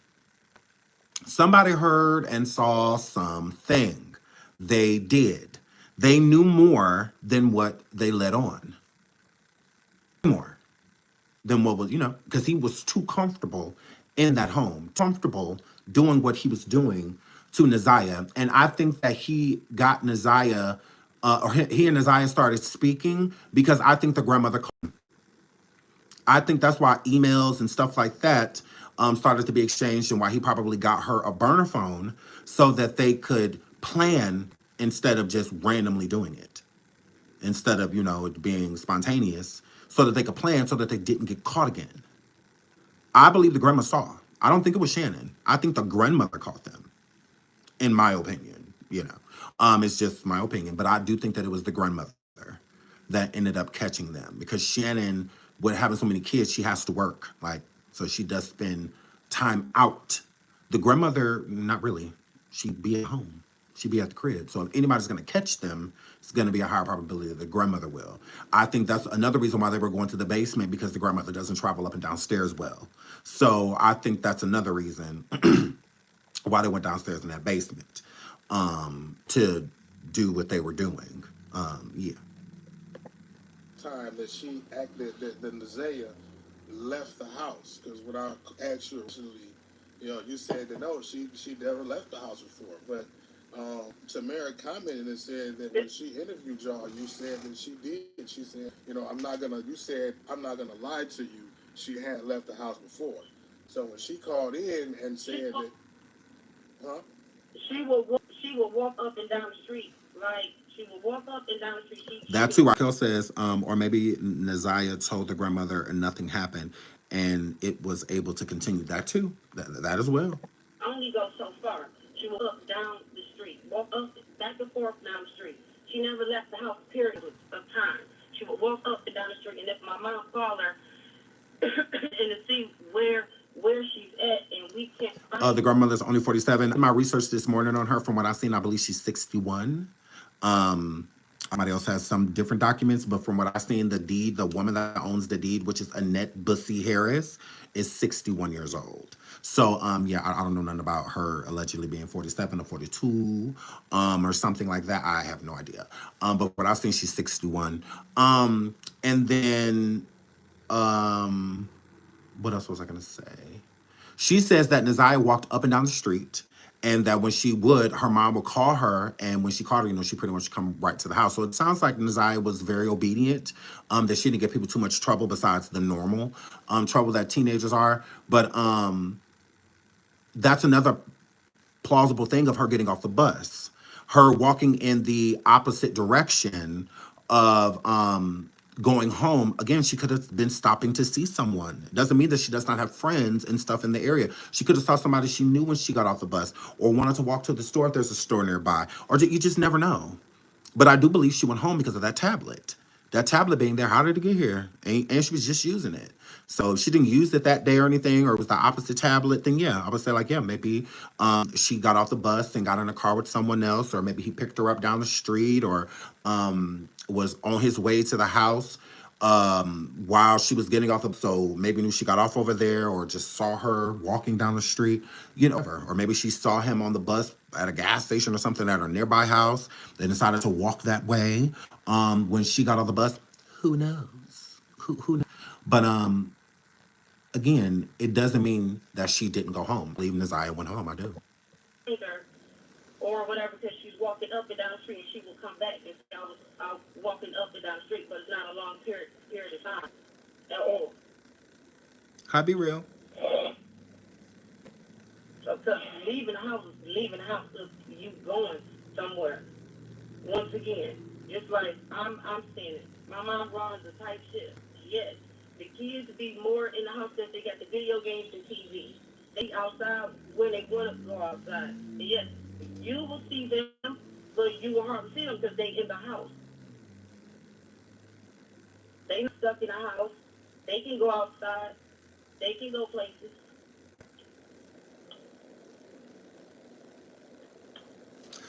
Who said that they couldn't go nowhere?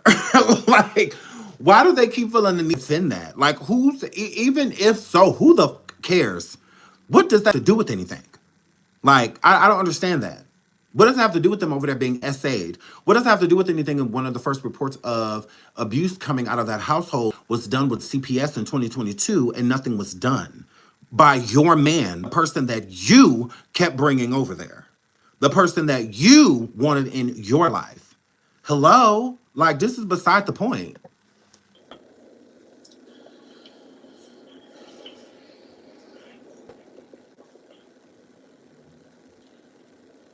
So wait. So is the dude that's there with you? Does he? What's his name? Dave. What was it? That was just on the line before you?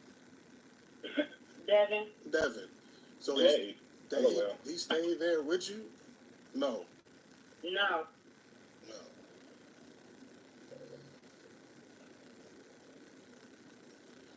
No. Oh, who, me? Do I stay there? No, I Yeah, don't. I was just wondering, because she said that, she sees them leaving. My best Okay, y'all saying that they have 15 refrigerators and they all had chains on them. I'll say this. NaZiyah had a few different videos that were on TikTok, and the majority of the time she did TikTok videos from the kitchen. There was no chain around the refrigerator. friend stays next door. So most of the time I be next door. Oh, okay. So she sees them leaving the house, walking up and down the street from time to time. And sometimes the mama have to call her and come back. But you said you see them doing nothing but taking the trash out and playing in the backyard. Yeah, but I ain't never seen them walk up and down the street. Me personally, me.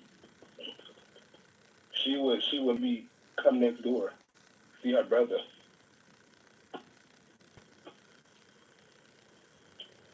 That's like really it. All right.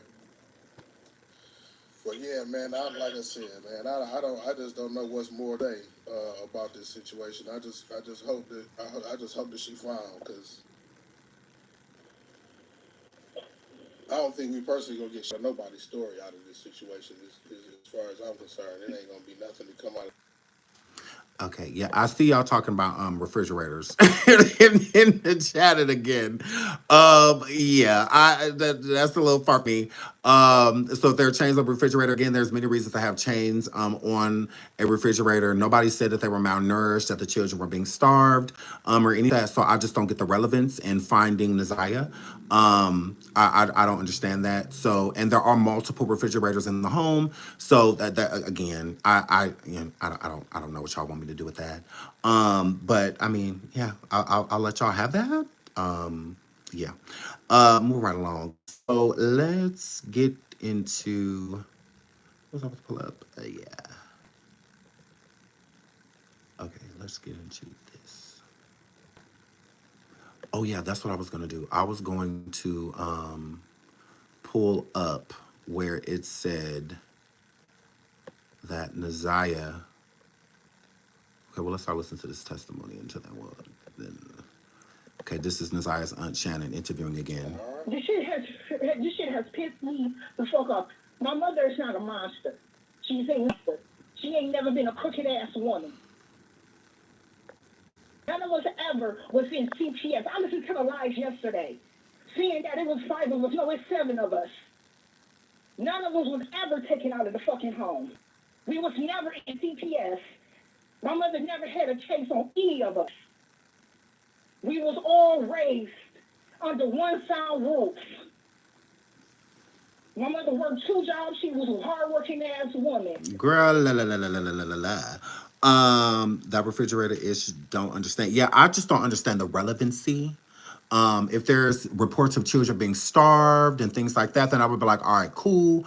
We saw locks on the refrigerator, and stuff like that. I've seen families lock refrigerators because you have overeaters and stuff in the house. When you have a household, you have a lot of children in it are bad. They will just eat and eat and eat and eat and eat. Even after you feed them, so I mean, so that to me, that doesn't necessarily like explain anything. But to me, it's a deflection. I want to get into what happened to her, who may know more than what to me, that type of stuff is important. No children need to be in that household based off of what happened to NaZiyah. Okay? No child should be there. All of Shannon's children should be removed. What does that have to do with a refrigerator when kids is over there being aid? When this bitch bringing people in there that done gave 4-year-olds STDs, what does that have to? Does a locked refrigerator have to do with anything when these kids is over there being PED'd? What does that have to do with anything? Like to me, that's a deflection. We don't care about that. I would rather you be starved than SA'd, 100%, because we can always feed you. We could get some food into you. All we got to do is just get the word out there that you need some food and we'll make it happen. But if you get SA, we can't fix you. Like we can't heal you. That's a journey that you have to travel alone while being assisted. At the end of the day, it's you. Only you are the person that shows how far you go in your journey. So I think it's more important that those children are removed because of Jarvis being in that household, and it says a lot about the discernment if they swear to do nothing that was going on. And it also shows a lot about their decision-making skill if she will knowingly bring someone into her house that is a known pedophile, okay, that gave a 4-year-old an STD, and you knowingly bring this person into your home and expect that he will do none of this, although you know his character. These things are in him. Okay, so that is why the children need to be removed. I just don't see what a refrigerator got to do with that. But it is what it is. If y'all have something of relevancy to show me why y'all should be talking about chains on the refrigerator, then I will talk about it. But other than that, if y'all not saying the change is on there because NaZiyah body in there, I really could care less, honestly. She didn't condone bullshit. And for family to get on the air and say that she condoned this and she condoned that, that's some bullshit. Because I'm sure if my mother didn't care. Who you yelling at? Fall back. Like, chill out. Jesse says, that's my point. If a child is missing, the other kids should be removed from the house. Agreed. 100%. 100%. Yes. I wholeheartedly agree with everybody saying in the chat that all those children should be removed from that house. Correct. But I don't think they should be removed because of chains on the refrigerator. I think they should be removed because of NaZiyah. If that was going on with her, it shows the decision-making skills in that home. All those children should be removed. They should not be there. So if Detroit know what's going on with NaZiyah, they have the proof that she was over there being essayed by Jarvis. Then you have other children testify that he tried to do the same thing to them. And those other children are still in that home. What does that say about the system in Detroit? What does that say about how they treat child welfare when it was reported in 2022 of what Jarvis was over there trying to do? It's 2025. And it took for that girl to be missing because still trying to figure out what's being done. What's being done? Those children are still over there. Hello? It's a cycle of abuse. It needs to be broken. So why are they still there? I just don't get that. I don't get it. Why are they there? How much do you care? That's why I said even with the Judge Sabree, when she was sitting over there trying to hoop and try to reprimand people and shame on you. Well, what about you, Judge? Why haven't you got those? Can't you get an order signed or something to get those children removed from that home? Due to the neglect of NaZiyah. NaZiyah's being neglected. Why wouldn't the other children? Like, if we're talking about removing the children, that's what we should be talking about. Not locks on the refrigerator, sweetie. That girl, because that could be for many, many reasons. That's not going to do nothing. That's not going to do nothing at all. But what was going on with NaZiyah and those other children being propositioned and all of that, that should be enough for those children should be to be gone. How can you be a foster when one of your foster kids is gone and you have no idea where they are, allegedly? Yeah, okay. Yeah, no child should be underneath anybody's care at that address alone.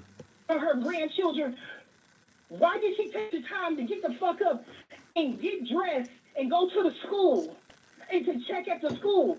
Go to the school and ask the principal. Well, my brother didn't come home. They called the police right then and there. The police was at the... But the school called the police. But you talking about how much? Why would my mom put on some clothes and go all the way up to that don't or that aren't responsible for my niece because she got off the bus? I say again, why did your mammy go to the school at all? At all? When the same tablet she was messaging Jarvis from at school was at your mammy house the whole time. So that means that she went home. She had to have went home. She did. It's gonna come out that NaZiyah went home because she did. The school within 10 minutes.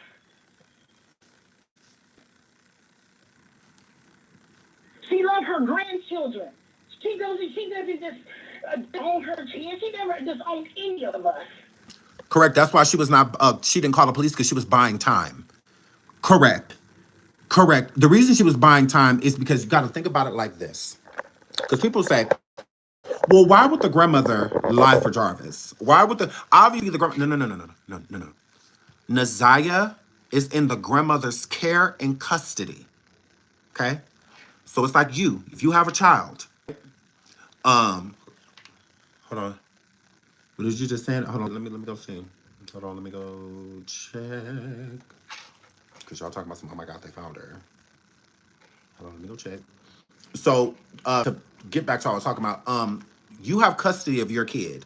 So if your kid is out and about with someone, especially an adult, if they come up missing, now you are in trouble. There are charges that can be brought up on you. So now she's the guilty party. No, I don't saw her body being found. So now you're in trouble.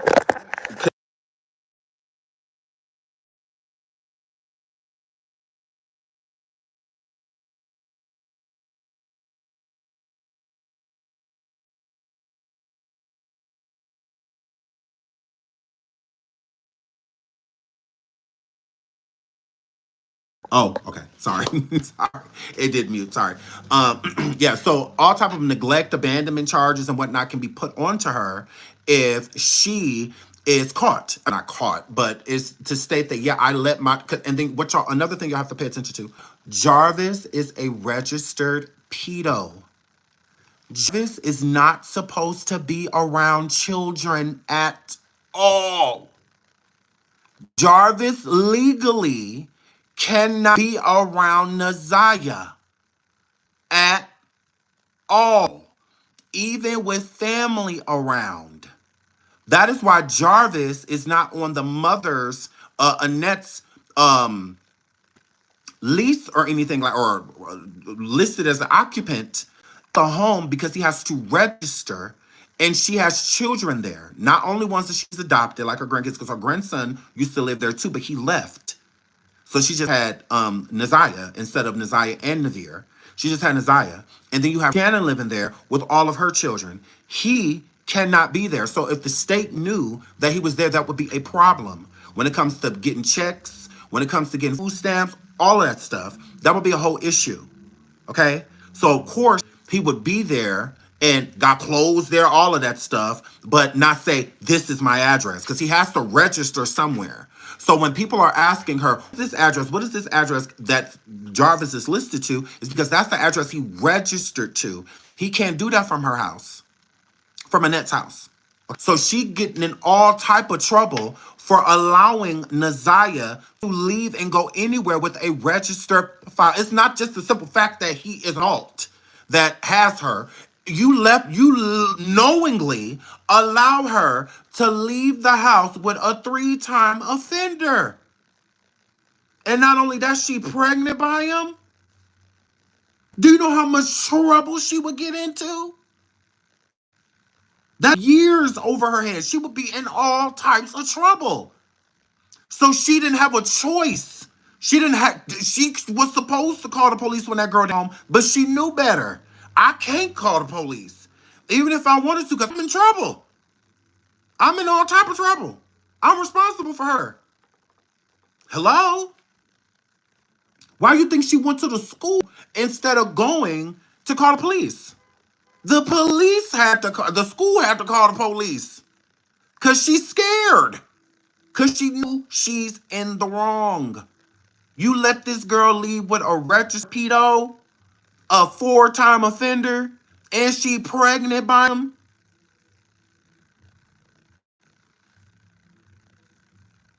Girl,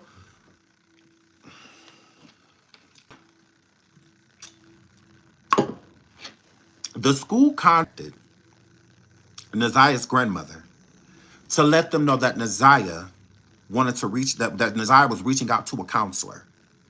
I believe that she told them. I believe she told Shannon, that girl at school, talking to them people, and I think she's saying something about that pregnancy. I think she's saying something about that pregnancy. I believe Shannon contacted Jarvis. Like, look, you, whatever you're going to do, you got to do it today. She all up at the school talking to people, and stuff like that. The grandmother and Shannon talked about it. NaZiyah comes into the house. They already know what's up. Whatever you're doing, do it today. However you get rid of that baby, get rid of it. NaZiyah was not supposed to die. I don't feel that. I don't think that that was the intention. I don't. But they're idiots. So I don't think she was supposed to pass. The baby was, not her. Not her. No baby, no case. It's how these idiots looked at it.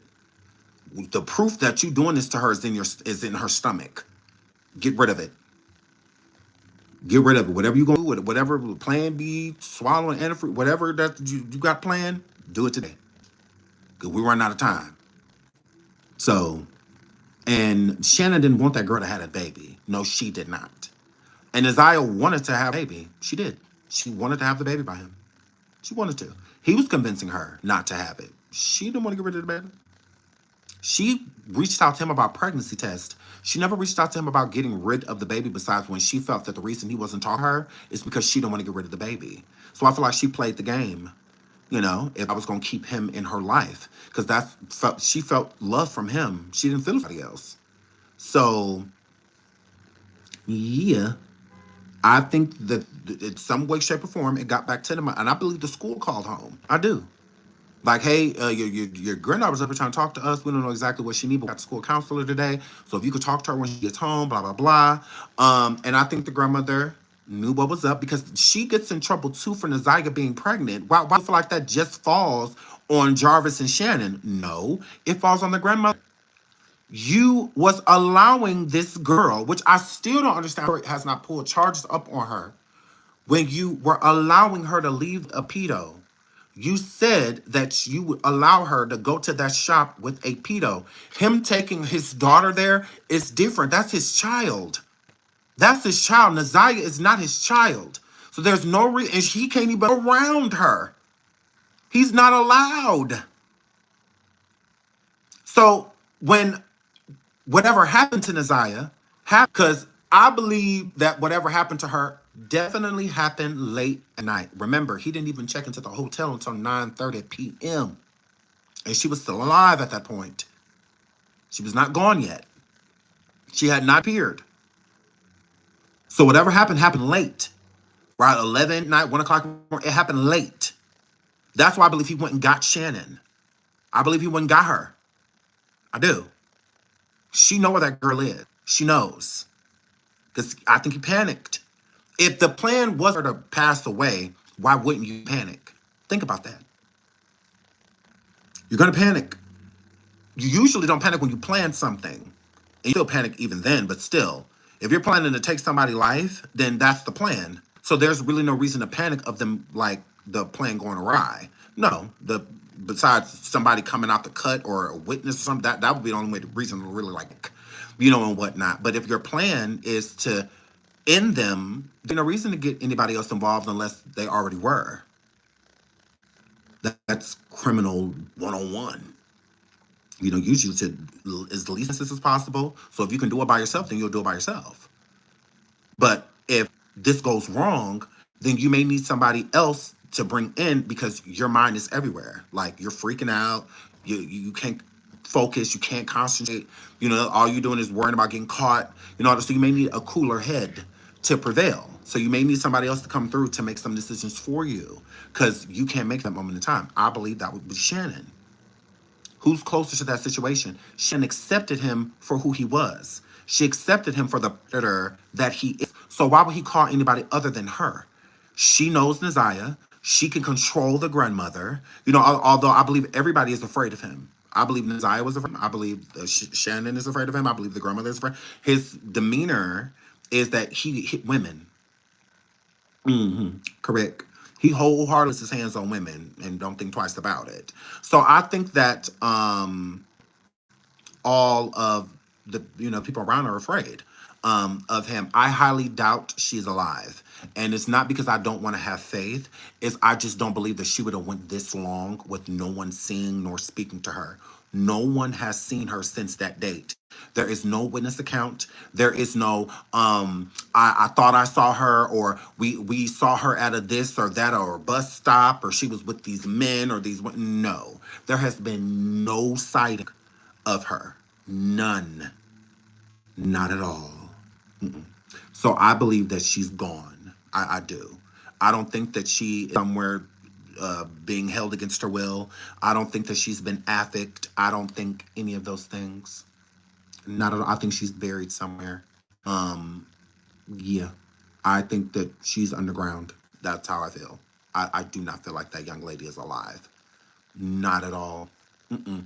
And if so, I don't think Erder would be something that they would be charging him with. I think that the state feels that from what they've seen and what they've heard, they believe that she is gone. That it is like a 95% chance that she is no longer alive. That's why they're charging him with Erder. That it's an Erder charge. So that means that she would be deceased. So even the state and the police believe that she is deceased. Yeah, he's being charged with Erder. You don't get charged with that even if without a body, unless from the information that they can conclude, she's gone. It's a higher ratio at this point that she is not missing, that she is gone, and we just have to find her body. That is where that charge will come from. That they're not going to put that on you if there's still a higher chance that you may be alive. So I don't want to view her as gone. I don't. I would love for her to be alive. Absolutely. I would want that for her. But I do not believe that to be so. And she was pregnant. So not only her, what about this baby? Even if there's not a sighting of her, what about the baby? Like, I don't get that. Like, she hasn't been heard from. A random birth or a baby being found somewhere, or none of that has been. So I just don't think that she's here anymore, in my gut. And I also think that that's why the searching for her has slowed down, the knocking on doors and all of that. Don't get me wrong, I do think that he had a significant amount of time to bury her. I don't think he had a significant amount of time to like have her body somewhere else far or anything like that. No, I think that he is an idiot. So this body that they found in this shallow grave, it's a high probability it could be her. But I don't think that she's with us anymore. I really don't think that she is. So hold on, let me pull up these text messages. She said that NaZiyah did not have a phone.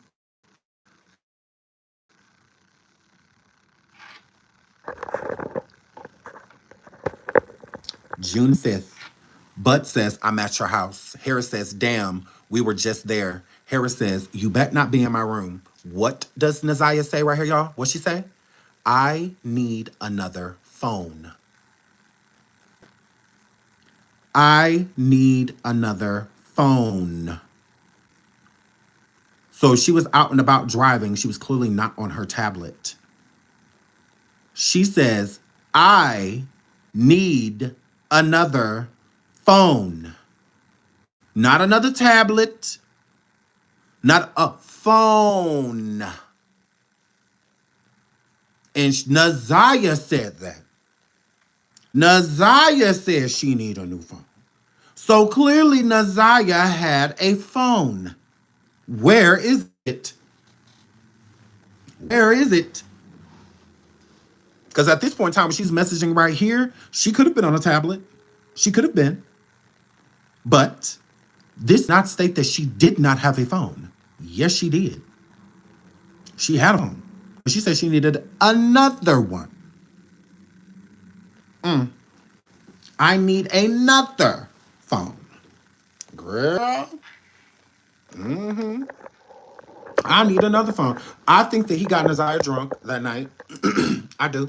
I feel like he went and got some alcohol, some sweeter alcohol, and mixed some antifreeze in it. I don't think would unknowingly drank it because NaZiyah didn't want to get rid of her baby. NaZiyah didn't want to get rid of that baby. I believe he poisoned her. I think he put antifreeze inside as like sweet alcohol or something like that. Tried to make it seem like they were having like a good night together and that they were gonna hang out, you know. And she unknowingly consumed a decent amount of it. I think he kept pressuring her into drinking it. And the more she drank it, the sicker she got. That's what I think. I think she got. I don't think she knowingly consumed it. I don't think he said, "Here go a cup of antifreeze, drink it." I don't think so. One, it would be hard for a person to do that. A person that doesn't want to end their life wouldn't do that. Like they just wouldn't, you know. Yep, I too, correct. Smoking and all of that stuff with her, yes, at that hotel. And I think that he got her to consume it. And I think maybe they went for a drive or something after he got her to drink a decent amount of it and went for a drive. And I think whatever started to happen while they were outside of the hotel. I do not think it happened in the hotel.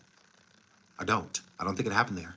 Whether they went to somebody else after that, whether they went to one of those crack houses, because there was some drug dens that NaZiyah would even be hanging out at, and that he would hang out at too.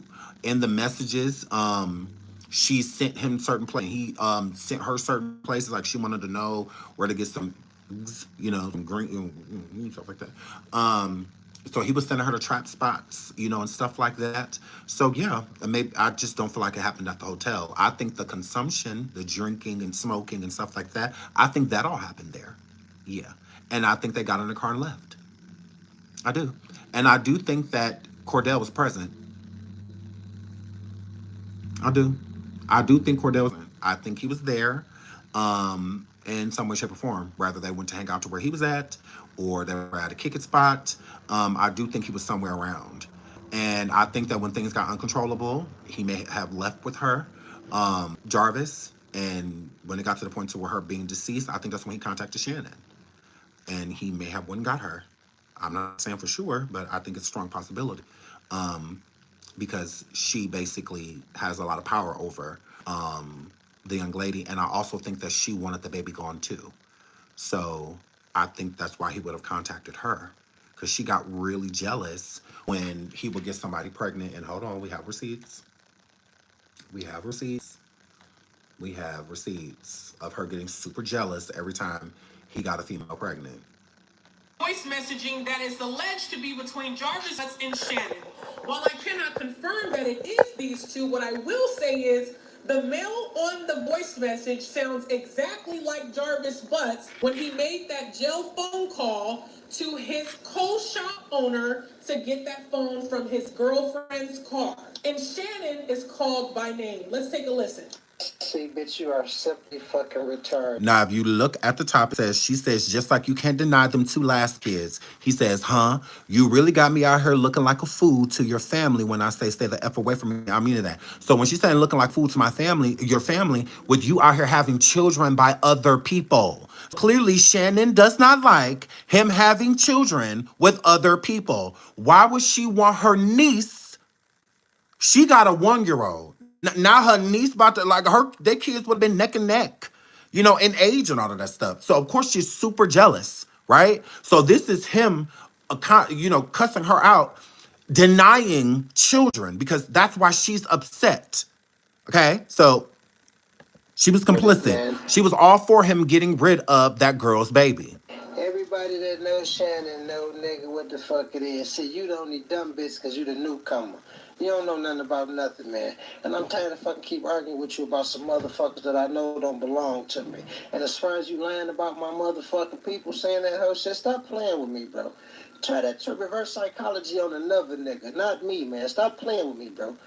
You just want to make up some fuck shit, dog. Stop playing with me, man. And you wonder why. You wonder why. You want a motherfucker to do everything, but you ain't motherfucking changing. I'm tired of your fucking crazy ass, dog. Gave your motherfucking ring, bitch, and you think you done went fucking retarded. Stop fucking playing with me, bro. I'm not that nigga, man. Stop playing with me. Bitch, who the fuck got a lie on your motherfucking people? Your brother literally asked me, why am I still fucking with you? He asked me that. Along with him saying, your sister said, oh, you know your brother had another baby. And he said, I don't care. I don't want to know about no more kids this man done had. So who the fuck think I'm gonna just come off the top of my head with some bullshit? Bitch, ain't nobody got a motherfucking lie to you. And like the motherfucker I said, Shut bitch, your fat ass stay that up. motherfucking ring, because you know I don't want your ass. I don't want you. I don't want that motherfucking ring. Bitch, you can all fall the fuck out here because I don't give a fuck. So again, so clearly, she didn't like him having turn with other people. She did not like that at all. So that would be the problem. And she even tried to make it seem that his family was dismissive of him having other children if they wasn't coming from her. That was being manipulative. That was being very manipulative. On top of it, because his family can say that to him. She's sitting over there wheezing, trying to cut it out. Like, girl, girl, just finished a whole family size of Flaming Hots and trying to hoop and holler at people. So, anyways, so Red Ball, that's all I can tell you. So you can see her energy towards him having other children. Also, the dynamic that they have between each other. You can tell that he is abusive, that he puts his hands on her. Because I feel that how he was talking to her, if she was in front of him, oh yeah, he would have definitely put hands on her.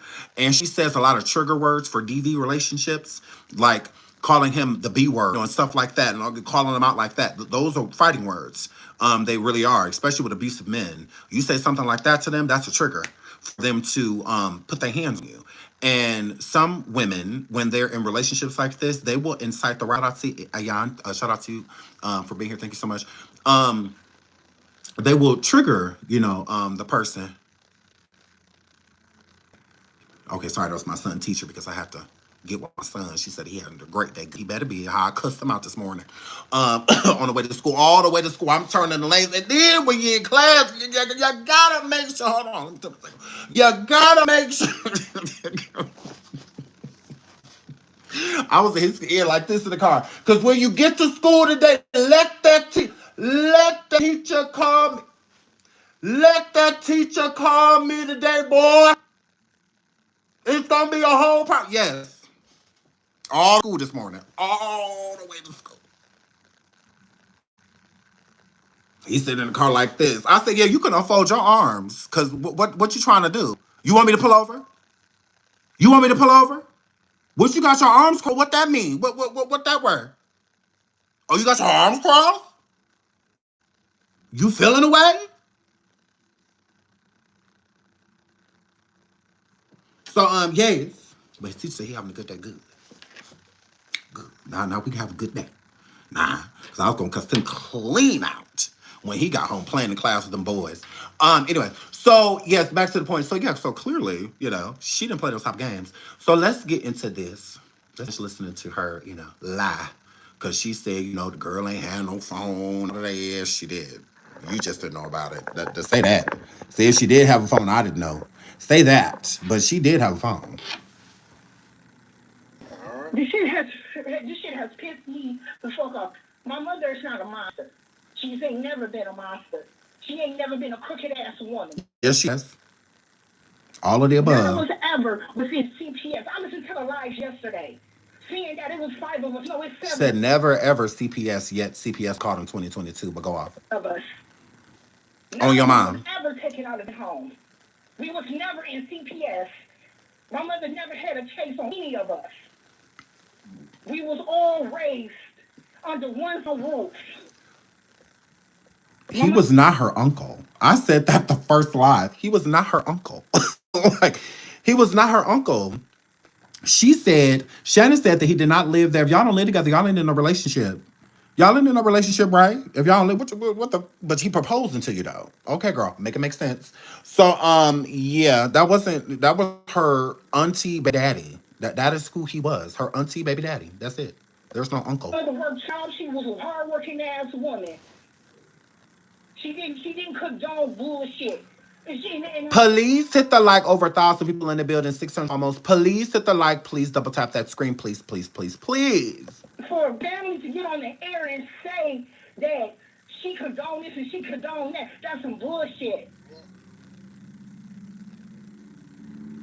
I mean, you because I'm sure if my mother didn't care about her grandchildren, why did she take the time to get the fuck up and get dressed and go to the school? And to check at the school. Why she ain't called at night? Since why she ain't call at 8? Because we remember your cousin said that at 8 o'clock the doors is locked, all of that, blah blah blah. Why she at 8:05? Why was she on the phone with the police? Huh? Because she knew where she was. Not because she thought she was coming home. No, if she was coming home, she would have been there before 8 o'clock, right? Because that's her routine. Correct. Alrighty then. So again, why for come your mama, since she ain't know nothing that, she don't do nothing like that, why she ain't called the police the night of? Well, okay. Go to the school and ask the principal. Well, my granddaughter didn't come home.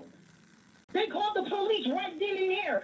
Crystal says sleeping peacefully while the baby was missing. I don't think she was sleeping peacefully, sweetheart. I think she was stomping the pavement all around that house, worried like hell, freaking out, wondering what to say, who to call. If she contemplating, should she call the police? Should she not? Should she call the mama or the dad? I don't think she slept peaceful at all. I think she was scared as hell. Sure do. I think she was scared as hell. Because if she wasn't, she would have just called the police.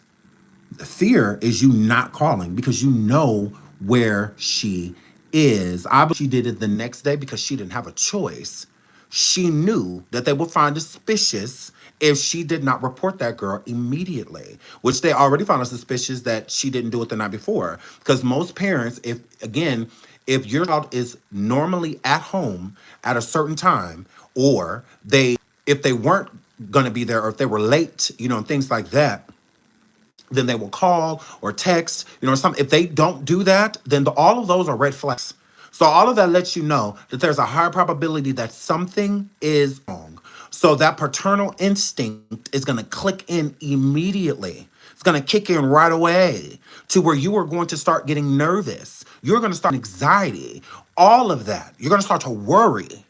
Okay? Then you'll get so worried to where you will call the police. There's been plenty of parents that call the police on their kids because they thought they was gone and their kids still come home. And it still come home. No, you have to wait 24 hours with adults. They didn't make an Amber Alert for no reason. Do they only issue Amber Alerts every 24 hours? A child has to be 24 hours? No. Amber Alerts go around immediately. Immediately, right away. That's what an Amber Alert is. They're so powerful that they even come to your phone. Even if you're in it, sometimes the Amber Alert's so strong that it alerts the entire state, not just the surrounding city or surrounding area. Sometimes it alerts the state. That's what Amber Alerts are for. That's what they're for. No, with adults, a lot of times the police will tell you to wait 24 hours. They will. But when it comes to children, no, you report right away. Right away. Now, they may not go into full search like they're going to do after 20 hours, but they will at least start looking. In most areas, they will. And they'll encourage you to do the same thing. They'll say, hey, we'll go to these people's house. Do they have any friends around the area? This, that. Are they dating anyone? They'll have you go look at those places as well. But they will start to look. They will. You do not have to wait 24 hours. No, you do not have to do that. Even if they're an adult. You can call as soon as you know. As soon as you think something is wrong. Now, if you said that you haven't talked to them for an hour, or something like that, they're going to start to question that. But if she was supposed to be at home but between 3 and 4, and she didn't, it's 8, 9 o'clock at night, but you still have not heard nothing, you can call the police. You can report it. You don't have to wait. No, you do not. Don't let nobody tell y'all that. You can report as soon as you think something's wrong. Police was at the school within 10 minutes.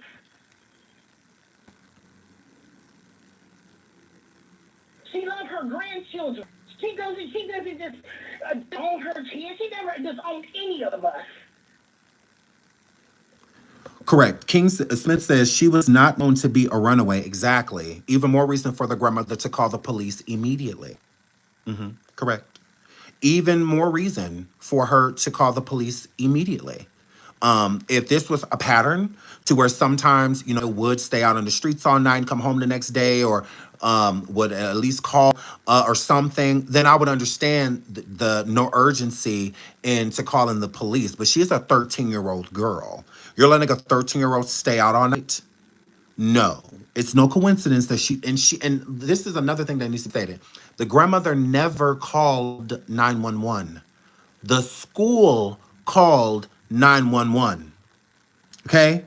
That's like double whammy to show you that she was buying Jarvis time, buying him time, buying herself time so that they could create a story. So she would have to say she never came home, because then it will remove the responsibility from the grandmother. Because if NaZiyah left on her own and went with Jarvis, she can't control that. So the grandmother is not being negligent at that point. She's not, because she can't help that the girl just got off the bus, just went with this man. She can't help that. She's supposed to come home like she normally do. So that would be her story. So she would have to make it so that the girl never came. So that after school, she had to make it seem as if she never saw her after that, which is not true. When the girl changed clothes, and tablet that she was messaging him from school was found in the home. So she can't even say at this point, yes, she came home for an hour and then left. She stopped, because she would have to say who she left with. And who she left with was Jarvis. So she had to protect herself. Jarvis is a known pedo, of now 4-time offender. So you let your 13-year-old granddaughter leave with a 3-time offender that gave a 4-year-old an STD? Yeah. Yeah. Uh-huh. So she has to make it so that she never saw her. That removes the responsibility from her. So the grandmother is lying about NaZiyah not coming home. Annette is lying about NaZiyah not coming home. She went home. Fact. And they will find it out eventually. It will come out. Yes, she is home. She was here for a little bit. She went here long. Then she ended up, that will come out. Because once you admit that, then you got to start admitting other stuff. So that's why they don't admit that. They don't even want to admit that she stopped at home. Because then there's another piece of responsibility being put on them. They don't want to be responsible for it. So say she never came. Although her pattern speaks, that girl went home every day after school. That girl went home every day after school. That's it, that's all. And the tablet that she had, both of them, in order to use, you got to be connected to Wi-Fi. Okay? How was she, if she messaged Jarvis the last time, which was at school on her tablet, then she would have to be back under Wi-Fi in order to contact him again. If he didn't pick her up, how would he have known where she was besides traveling home? So I believe she was going home to try to message him, but she didn't have to because he was there. He was there, he had pulled up. So she didn't have to message him again when she spoke in person. Because how the messages go pick me up by 3, basically from school, but that's what she was alluding to, picking her up from school. He never does. She gets on the bus. So where was the communication in between time? There wasn't any. Besides her bumping into him and King, probably sitting outside her grandma's house. Rather on the block or across the street or whatnot. And he can be there because his baby mama live there. So, and they all know what's up. So I believe he was sitting right in front of that house. I don't think that he was about 2 blocks down, all that she went a whole nother way and went and met him somewhere else. How would she have known to do that? They didn't have any that wasn't their communication. Their communication was for him to pick her up. She had no way of changing the plan, and neither did he, because they didn't speak after that via electronically. They didn't talk. So it had to be verbally. They saw each other. Flesh. She went home. She changed clothes. She said they was going to the hotel and stuff, but we were gonna go stop at the shop, then we were gonna go to the hotel, blah, blah, blah. So she go change clothes. Left her tablet and stuff there. She didn't need it. She with who she would be trying to respond, reach out to. She with him already. She don't need this stuff. So she leaves it there. For what? I don't need it. I'm good. So yeah, like, okay. And then the grandmother, they know she leaves with him. Shannon get a call late at night, early in the morning, between I would say 11 and like 1 or 2 o'clock in the morning, about things going wrong. And the grandma has to buy time now because they had no intention of calling the police because they expected her to return. She was not supposed to die. That wasn't part of the plan. The baby was supposed to, not her. Why would the grandmother want her to have a baby? It shows neglect. This 13-year-old is pregnant. So if the grandmother was afraid, like other people say, of her losing financial gain from having NaZiyah there, because the state does pay you, of having her there, why wouldn't the state take NaZiyah if they find out she's pregnant at 13? Yeah. Why wouldn't they take her? It's a higher probability that they would, because there's no guidance here. She's being neglected. If she walked around months pregnant, she ain't got no ultrasound. She ain't had no doctor's appointments about being pregnant. Nothing. At that point, she was just carrying the baby. Anything could have been wrong with the baby. Anything. She could have been suffering with stuff being pregnant. There's gestational diabetes, so much other stuff that pregnant women go through, and whatnot. There was nothing. No prenatals, no prenatal care for the baby. Nothing. That's neglect. So if the baby's not forming properly or something like that, she would have poor thing would have no idea. No idea. That's neglect. When you are pregnant, you gotta go to the doctor. You have to. Hearing a heartbeat, how did she even know her baby was alive? How did she know she had a stillborn? I mean, hello? Like, I cannot, but let's keep listening. Oh, hold on. Actually, let me put this up. Okay, because y'all keep coming here saying that they found her body. I have not seen anything about them finding her body. But I will keep looking. Hold on. Grand jury. Okay, let's get into the testimony. So here go what's her name? Shannon. This is part 1 of her testifying. Daughter's father. Okay, and do you see Mr. Butts in the courtroom today? Yes. Can you point to him and tell me the color of the clothing that he's wearing? Well, actually, hold on, let me look and see about. Let me go to Detroit, because Detroit would definitely have.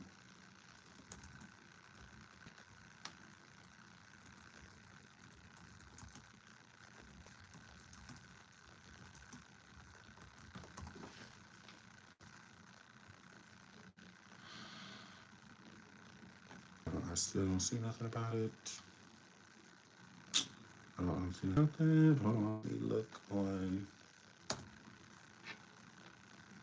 Twitter. Because Twitter we have the T2.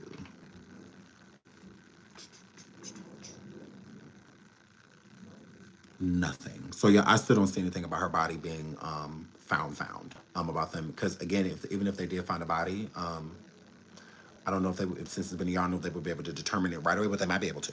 You never know. But yeah, from what I see, there's still no body found. But I'll keep looking. Y'all know I'm reporting it immediately. As soon as they find her, I'm reporting that immediately. So, but I'll keep looking. He's right there. He's right there. And you're with the record of like was identified the defendant? So reflected.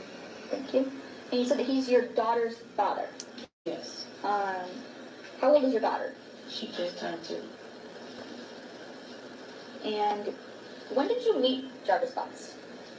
2019. And how was it that you met him? I had a flat tire, and I went to his auto shop. Oh no, y'all right. Oops, sorry. This is the other baby mama. Lord. Sorry. It says it right there though. Another baby mama of Jarvis Butts. No, this is not Shannon. This lady is pretty. And I'm a girl. So yes. Casual. Annette. Now, you said you have a daughter with Mr. Butts. Do you have any other children? Yes. Okay. What other children do you have? I have a son. Okay. And how old is he? He's 7. And that is not a child by Mr. No. Butts. Now, do you recall, we took you back to February 15th, 2024. Do you remember that day? Yes. Okay. And what happened that day? Police came to my home, asking me if I... Not they look alike. I think this lady's pretty. I don't think that Shannon is pretty at all. But I do think this lady is very pretty. Jarvis, and have I seen NaZiyah before? All right. And, Oh, not they all look alike. I cannot. He's my daughter's father. okay. And do you see Mr. Butts in the courtroom today? Yes. And can you point to him and tell me the color of the clothes? Hold on, part 2. Okay, y'all, Hold I on. have an update. And he's showing you the photos of the Nissan Sentra before? Yes. Okay. And in showing you those photos, did those fairly and accurately depict how your Nissan Sentra looked back on? Yeah, so she borrowed him the car that night, right? So he was driving her car with NaZiyah. So he was driving her car, correct? Isn't this why she's testifying? Okay. August 30th, 2024? Yes. Okay. Now, first I'll move for the admission of People's Proposed Exhibit 11, the PowerPoint of the Nissan Sentra. Any objection? No objection. It would be admitted as People's Exhibit 11? Okay, objection. May I publish? Yes.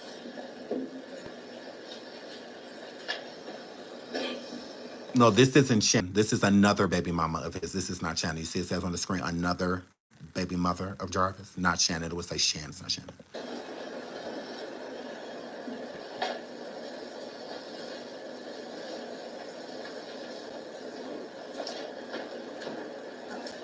Now, when you let Jarvis Butts borrow your vehicle, did it look, how it was photoed? The back was messed up, but the front's good. Okay. It's fixed. So back in January of 2024, your car still had the front end? Yes. Okay. Is that the only difference in how it looked? Yes. Okay. So that's the only difference in how it looked from January of 2000. Can you show you the photos of back to the back? At least 2 hours. Okay. When did Mr. Butts return with your car? The next morning. Was this normal, abnormal? No, not normal. Not normal? Okay. And did Mr. Butts say what he was doing when he had your car? No. Okay. Did you notice anything different about or in your car after his use that first time? No. Okay. Did you notice anything in the back seat that was different? There was a pair of glasses that was left that my son was playing with at the time. Okay. And I'm going to show you.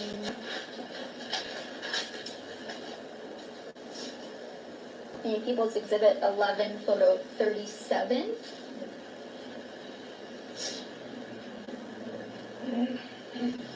Where at would your son be sitting? On the passenger side. Okay, in the passenger. On the back seat. So,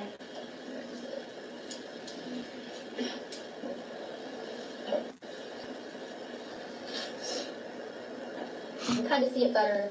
Photo 41. He would sit behind the passenger seat. Yes. Okay. What? Describe the glasses that he was playing with. Back to the back. At least 2 hours. Damn, I want to. We're part 4. Okay, and what Here. was that group? We're part 4. Damn, I want to see other men. Me too, girl. Part 1, part 2, part 3. Where is part 4? I thought she had part 4 too. Okay, well, I guess part 5. Hold on, I'll find part 4. Okay, and what was that group? Phone calls, yeah, text, Okay, and you need to pull that mic off the edge. Okay. Thank you. do you recall a phone call in which Jarvis asked you some things about your vehicle? Yes. Okay. And you've heard that call before? Yes. Okay, and was that call that I played for you, is that a fair and accurate depiction call that you had with Jarvis and him asking you about the car? Yes. All right, we'll leave people's proposed to get 13. Any objection? No objection. Okay, so I'm confused. So she says that her car's rear end was fine. I mean, the rear end was messed up a little bit, but the front of the car was fine. The front of the car was clearly invisibly damaged. The whole bumper on the front gone, all of that stuff. Did he crash? Is that what they're alluding to? I'm confused. Your Honor, may I publish? Yeah, it'll be admitted as People's Exhibit 13, and you can publish. Can I also see Exhibit 12 when we get a moment? Yes, sir. Mayor.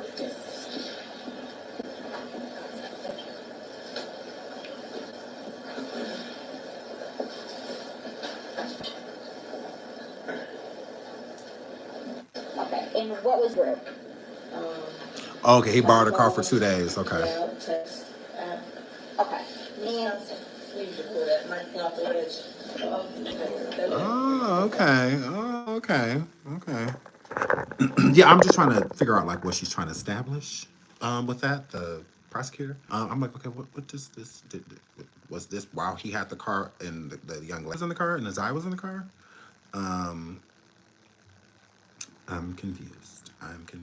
Because tomorrow we're going to get into Jarvis's sister's whole testimony, and we're going to get into Annette's testimony too. I think that's important as we drift into what's going on in the now. Let me. Okay, I guess we can listen. 12:09 and 4 seconds. So we can start with that now because I'm sorry, I don't want to hear these text messages. They do something to me. It makes me cringe listening to those messages. Like, they're just so disgusting. Okay, I think yes. This is it. Okay, so we'll listen to a little bit more of this. Let's record my witnesses. Is that it? Or is it the next one? Yeah, I think that. Because this is long, so we're not going to watch the whole thing, of course, today, but we'll watch a little bit. We'll start multiple testimonies. Let's see, who is this? Ugh.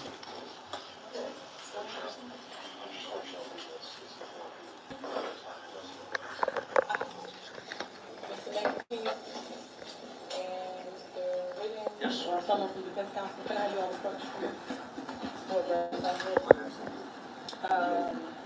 You can have a seat without you.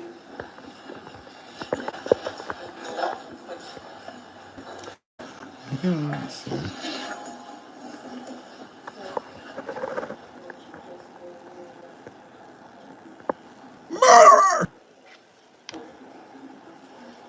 There you go, y'all. Look.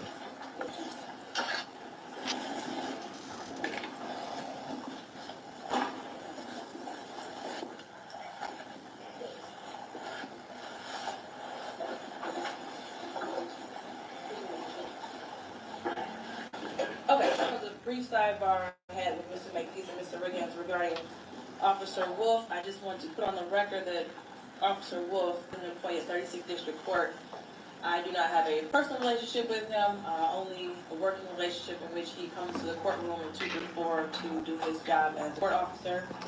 I want to make sure with the people in defense there's no objection here to testimony today.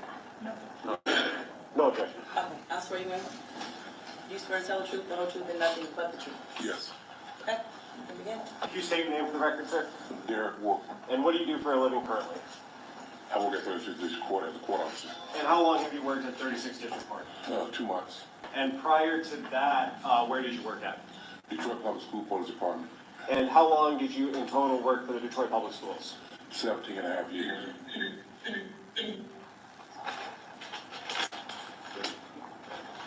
You worked for DPS for 17 and a half years? Yes. And how long have you been in law enforcement in total? 39 years. Before DPS, who did you work for? I retired from police department. And what were some of your common roles and responsibilities at the Detroit Public Schools Police Department? We go to the school. Sometimes we talk to the kids. We take care of the building, take care of the principals, we take care of the family, and make sure everybody's by the law. Oh. And in January of 2024, what was Please hit the like, please hit the like, please hit like. your assignment at the DPS Police Department? I was assigned to investigations. And as part of that assignment, Did you hit the like? Include going out and taking reports from people who are making police reports to the school police department? Yes. Okay. I want to direct your attention to January 10th, 2024. Did you go to J.E. Clark School in Detroit? Yes. And what was the reason you went there, sir? I got sent there by my lieutenant about a missing 13-year-old young lady from the school. And when you went there, did you speak with someone who was making that report? Yes. Who was that person? I talked to her guardian, her grandmother, which is her guardian. And is that Annette Harris? Yes. And in terms of taking that report, what's that process like? I don't want to go into what anybody said to you, but what information are you looking for to gather to put into your report? I'm making a missing report. So I asked Ms. Harris, when's the last time you seen her daughter? Her granddaughter. Correct.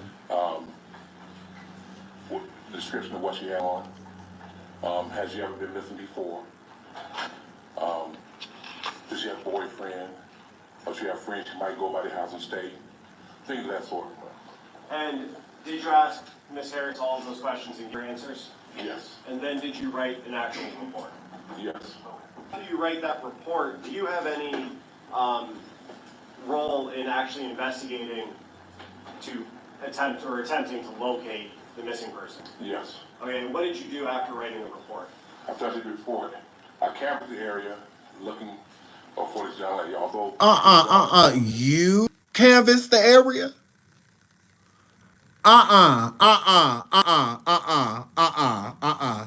No. You're not about to be sitting here wheezing in front of this damn microphone. But, fat boy.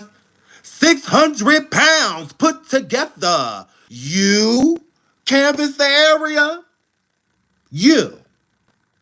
And we supposed to believe that you did everything in your due diligence with your marshmallow built arse.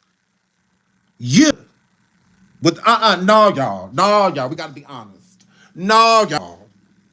So we supposed to believe that you went through a whole neighborhood and all of that. You sitting up here wheezing to talk. It's a lot to speak, Lord. Girl, you canvassed that vending machine is what you did. Canvass that convenience store and them snacks and stuff, them little debit snacks in the front. Nah, Indigo. Nah, because this is bullshit. You? Let me let this play, because... At least 24 hours because she was missing the day before. Mm. Okay, from that point, we didn't find anything. So... he went to McDonald's and asked...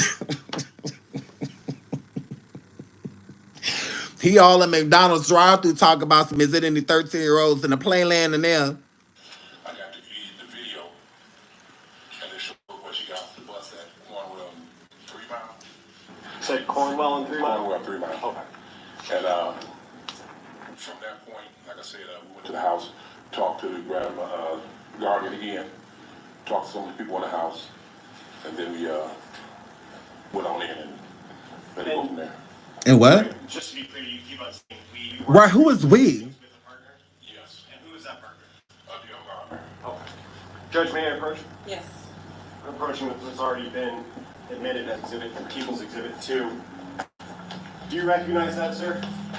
Yes. And what is that is contained in Exhibit 2? A school bus. And is that a still shot from the video that you pulled or that you received? Yes. Okay. And that's the bus that you identified that NaZiyah Harris was on? Yes. Okay.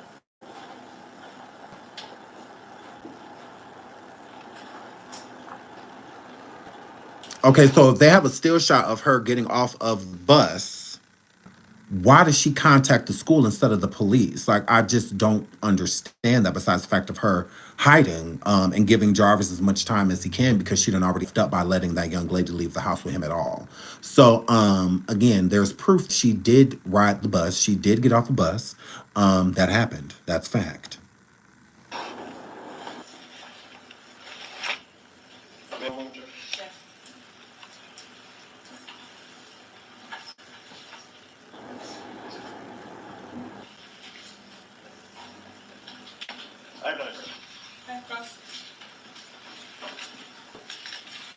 So this is, what is this, DPS?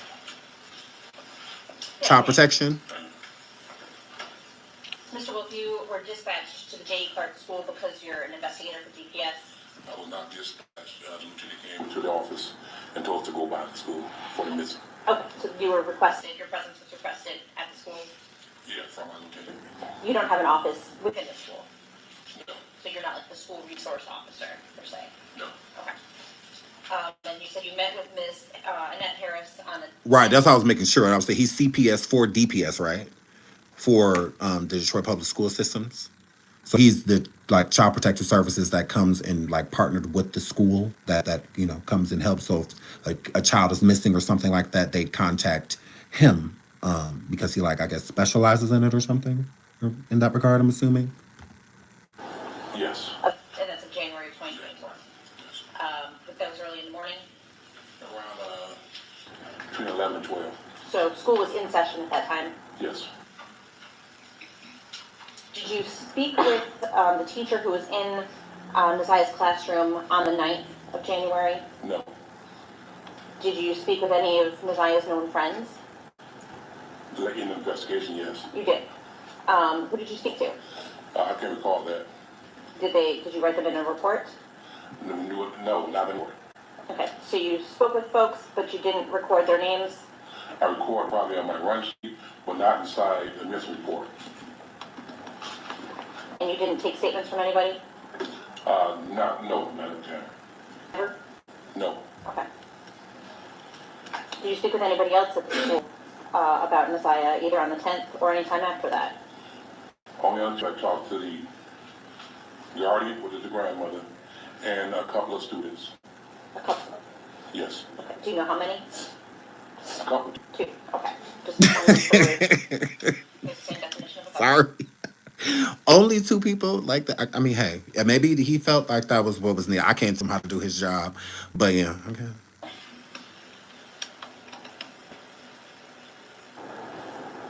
And you said you canvassed the area? Yes. What area did you canvass? The 3 Mile area, we were all around there, checking the alleys, knocking on doors, see if we can get some video, camera footage, things like that. 3 Mile, is that 3 Mile Drive? 3 Mile in Cornwall, that area. Okay, and that's where the bus stop was? Yes. Where NaZiyah would have gotten off the bus? Yes. Anywhere else around the school? We checked around the schools. We checked matter of fact, on her street as well. We didn't find anything. In her classroom, does she have a locker or a cubby or anything where she stores items? I can have that question. You don't know? Why not? Like, why can't you? Oh God. Like, why would you not go to locker? She was at school. Why would you not go and see it? Because it could lead to things. There could be clues. Like, it was the school's one of the last places she was. Like, ugh. Why would you not? Like, the school called you so they would give you access to her locker. Say that you didn't check. I may have, but I didn't call it out. Is there a long time. Is there a report that documents whether you did or not? No. Okay.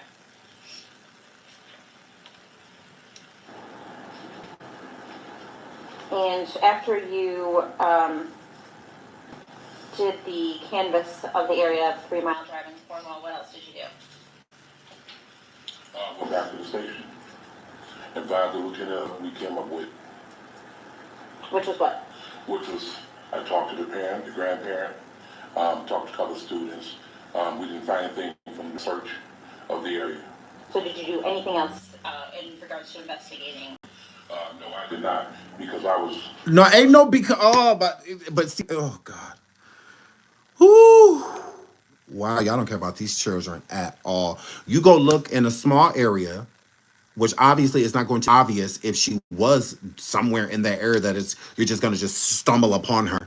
It's not gonna work like that. You talk about you looked in a few alleys and then you went back to the station. It's like that's it. You didn't check her locker. You only talked to students.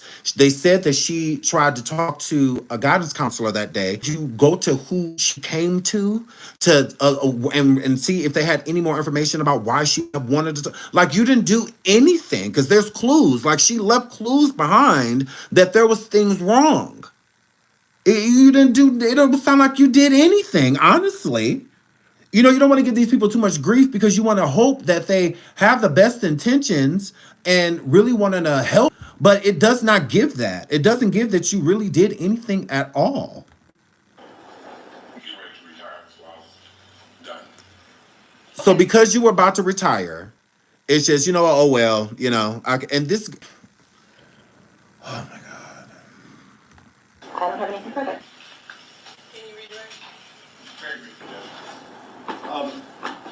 So he pretty much just wanted it. He pretty much just wanted it over with because he's retiring. So I just want this done because I'm retiring. So this just needs to be over with.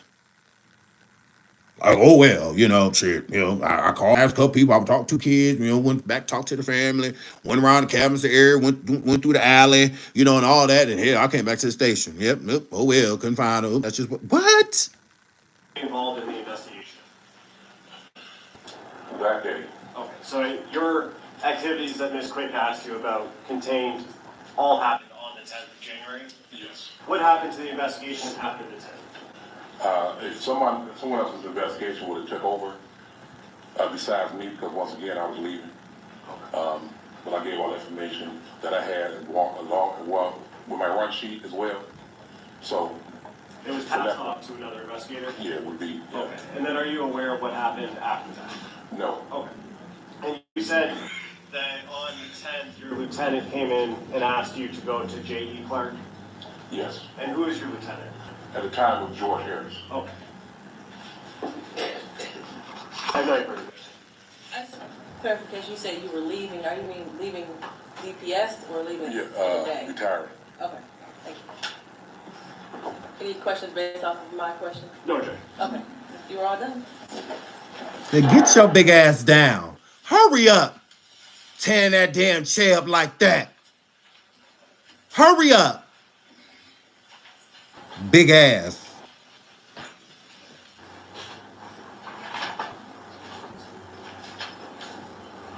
And Judge, at this time to go with all forensic tech Margaret Lavala.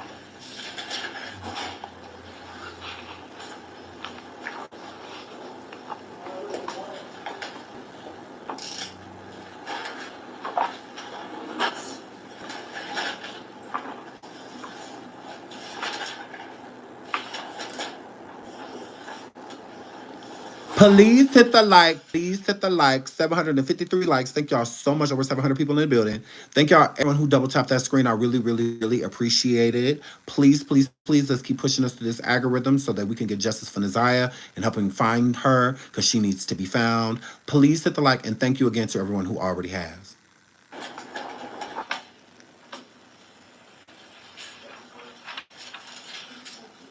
I agree. I see a lot of people in the chat saying, what was the point of even calling him to the stand? That was a complete waste of time. It was. I really don't see what was the purpose of him being there. I don't understand it, but okay.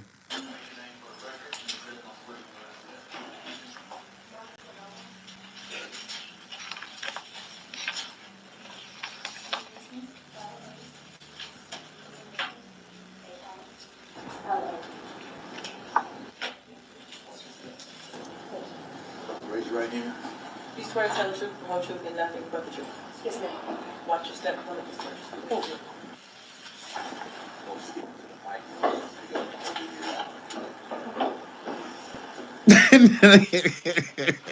Simply Key said he was just there. He was retiring. I cannot. I quit. Could you please state your name for the record? Margaret Lavala. And where are you employed? Currently, I'm employed.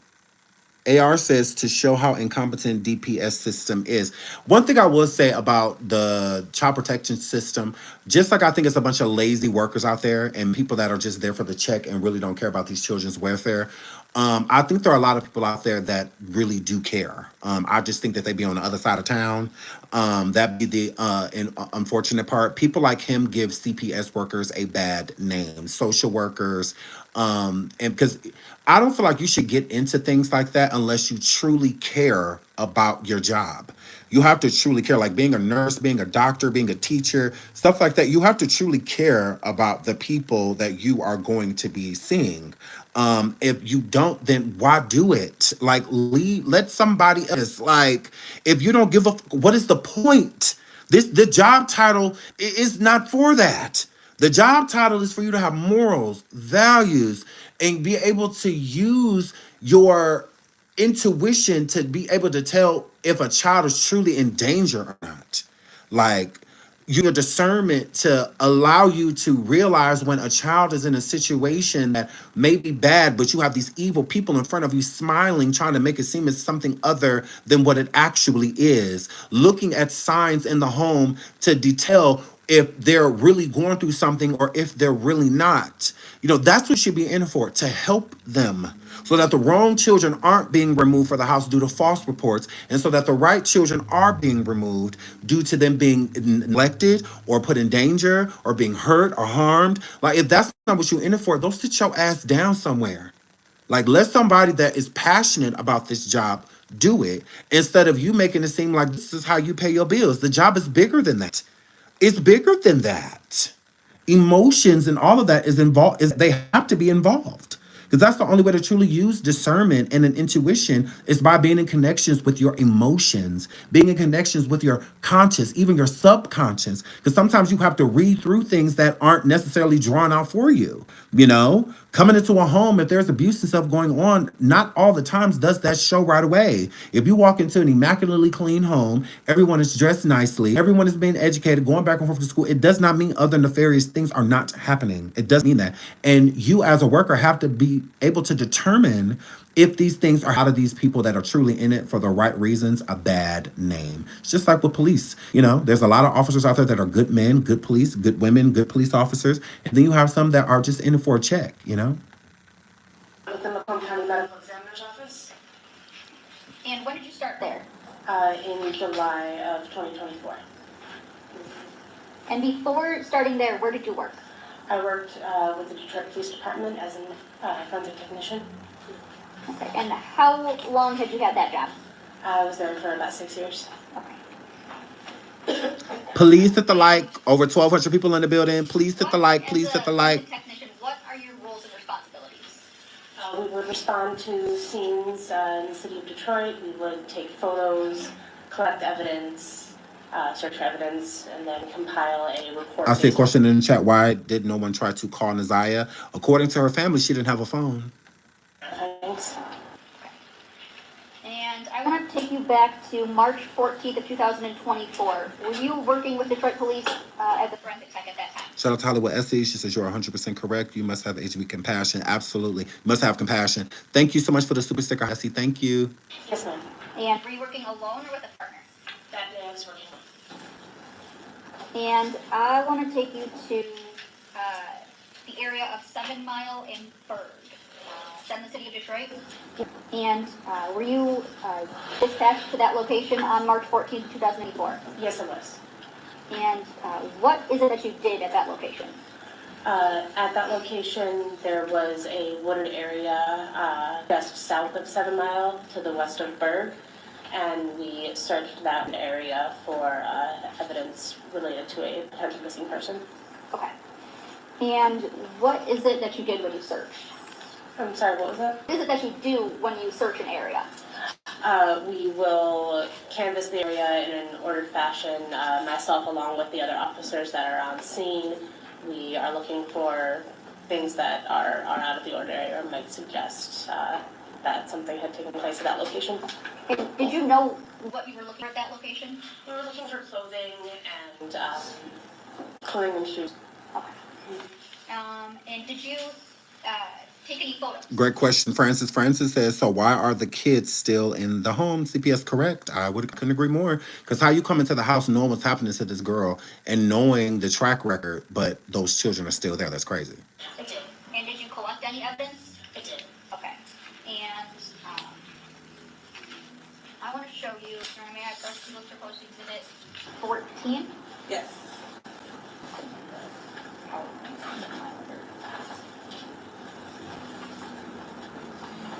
Showing you the market people's proposed exhibit 14, it's a PowerPoint. Could you tell me, do you follow going to this area? Yes, ma'am. Okay. And these photos, there are 129 of them. If NaZiyah's body was found, that's all we will be talking about. We literally won't be talking about anything else. All of this will be irrelevant at this point in time.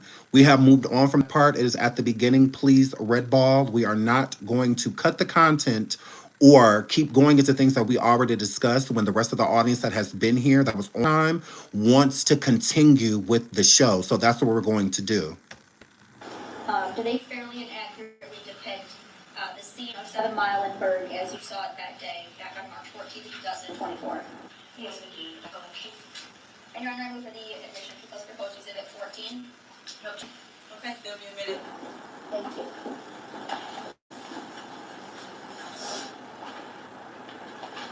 Did you end up finding evidence? Yes, ma'am. What evidence did you find? We collected a pink jumpsuit, bodysuit style, and then This is a forensic tech that was there when her clothing from her body that she was allegedly last seen and was found, and she has given details on that as we speak. That had a pair of white headphones in one of the pockets, some gloves, a towel, and a pair of red, black, and white gym shoes. Okay. And your Honor, may I publish? Yes.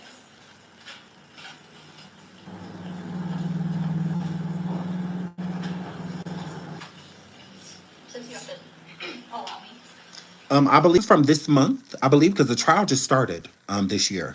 So yeah, and we're still in January. So yeah, so this just happened, I believe. Correct. I believe this just happened like a week or two ago, something like that.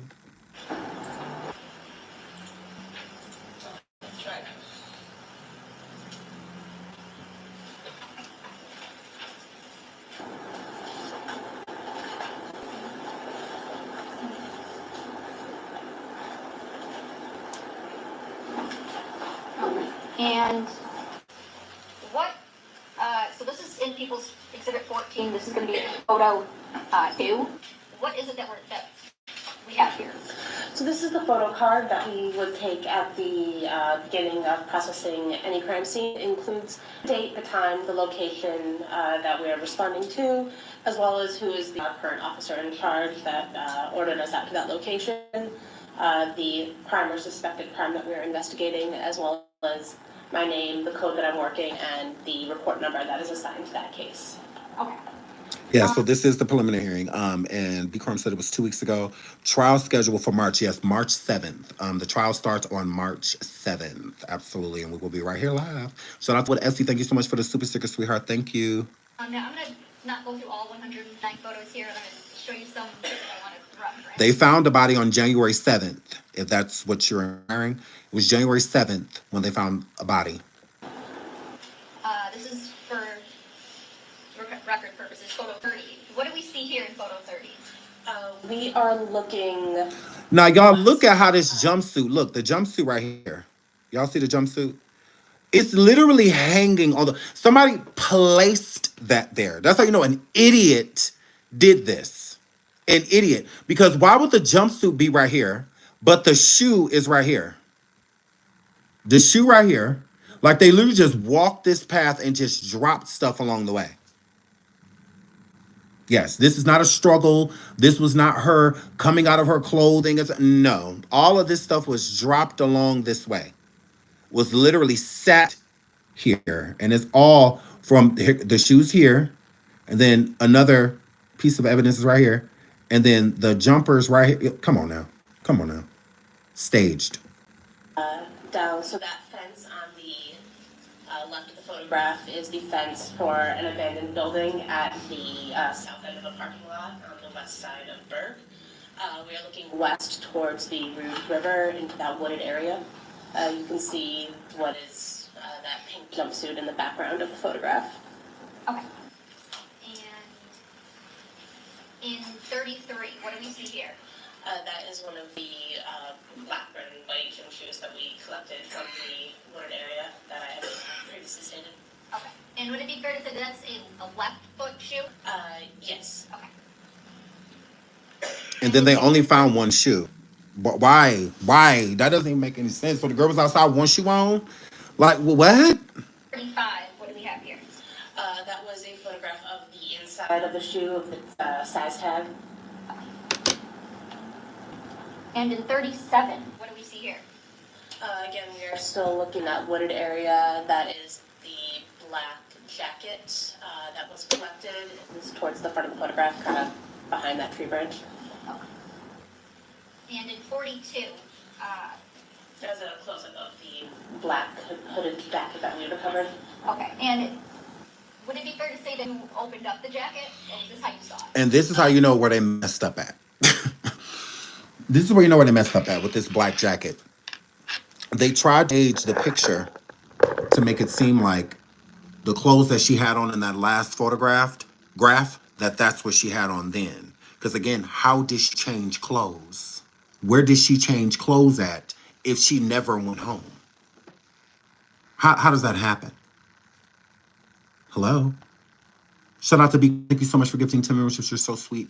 If you got a membership from Bcrum, please say thank you. I really appreciate that. Thank you so much, Bcrum. I really, really, really appreciate that. Thank you. So it's like, yeah, they were trying to stage to make it look like the clothes that she had on before, that she was photographed in the last photo in school. When where they effed up at is that she changed, because the witness account from the sister, Jarvis's sister, stated she had on a colorful jacket. So this should have been a colorful jacket, not a black sweatshirt. No. Because that's not what she had. No, she had a black sweatshirt on at school.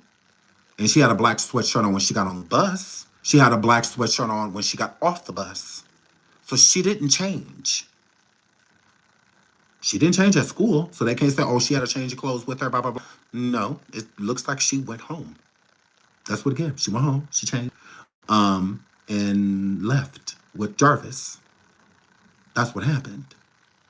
Mm-hmm. So that's what I'm saying, like super staged is what this says. This is why I think that he may have picked up Shannon. Because how did he get the clothes that she changed in? How did she get the clothes? Yeah. The only way to track him was to ping his phones. If he left that phone at the hotel, when he left, they have no way of pinging him unless a witness saw him. They have no way.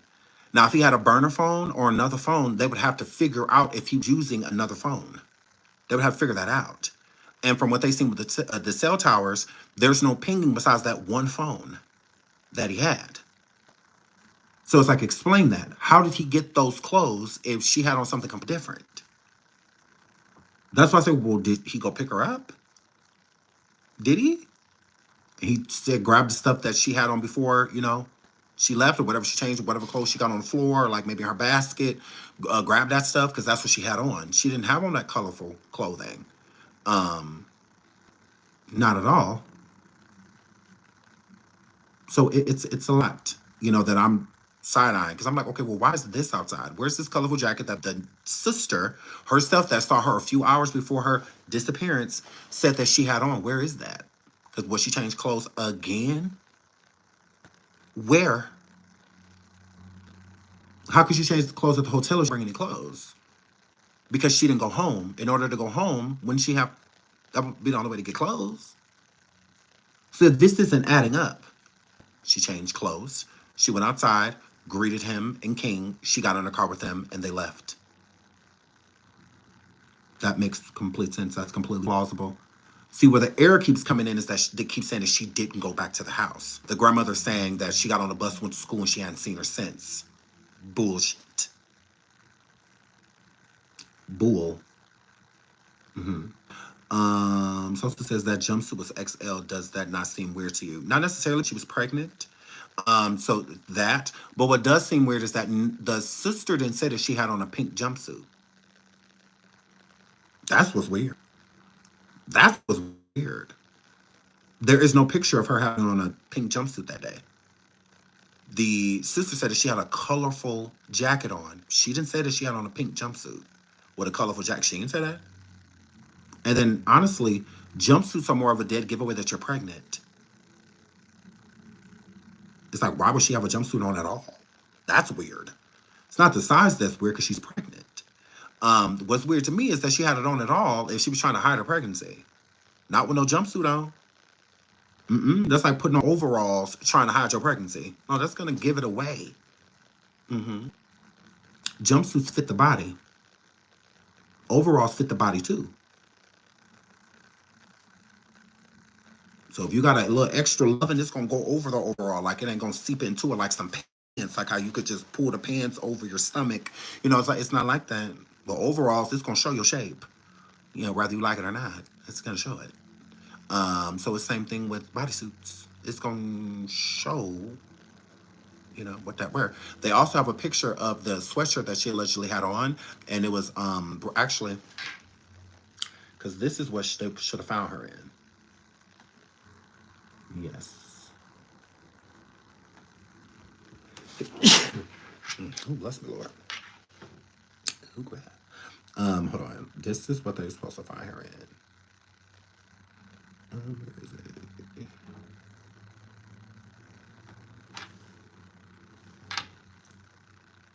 Oh, I wouldn't know what the state give, what they don't give. No, not that. Okay, right here. I'll show y'all what she was 19, 20 years old. Ugh.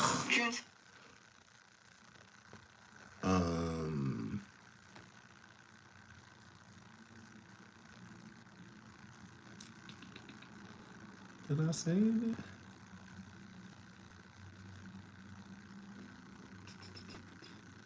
Maybe it's right. Yeah, this is it. I think this is it. Yeah, this is it. Letter R, letter I, What letter is this? A, This dash ain't it. We don't want to. We 1, hate her. Oh, I wouldn't know what the state give, what they don't give. Oh, it's the interview with Roxy. Oh, I wouldn't know what the state give, what that we did yesterday. Where did that go? Because she showed it. Actually, let me go to my YouTube because it was. I think we watched it on YouTube yesterday. Yeah, I think it's on Shanitra's channel. Yeah. Because they showed the jacket that she allegedly was supposedly had on. Let me pull that in.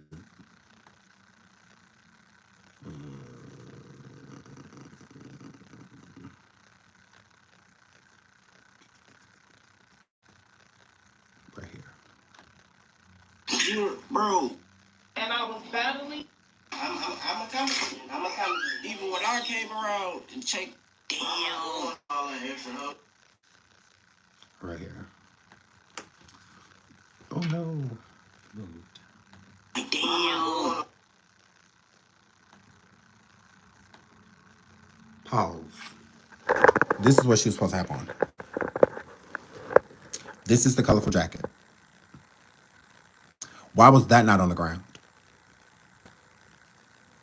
This is the colorful jacket she was allegedly seen in by the sister, which would be Jarvis's sister.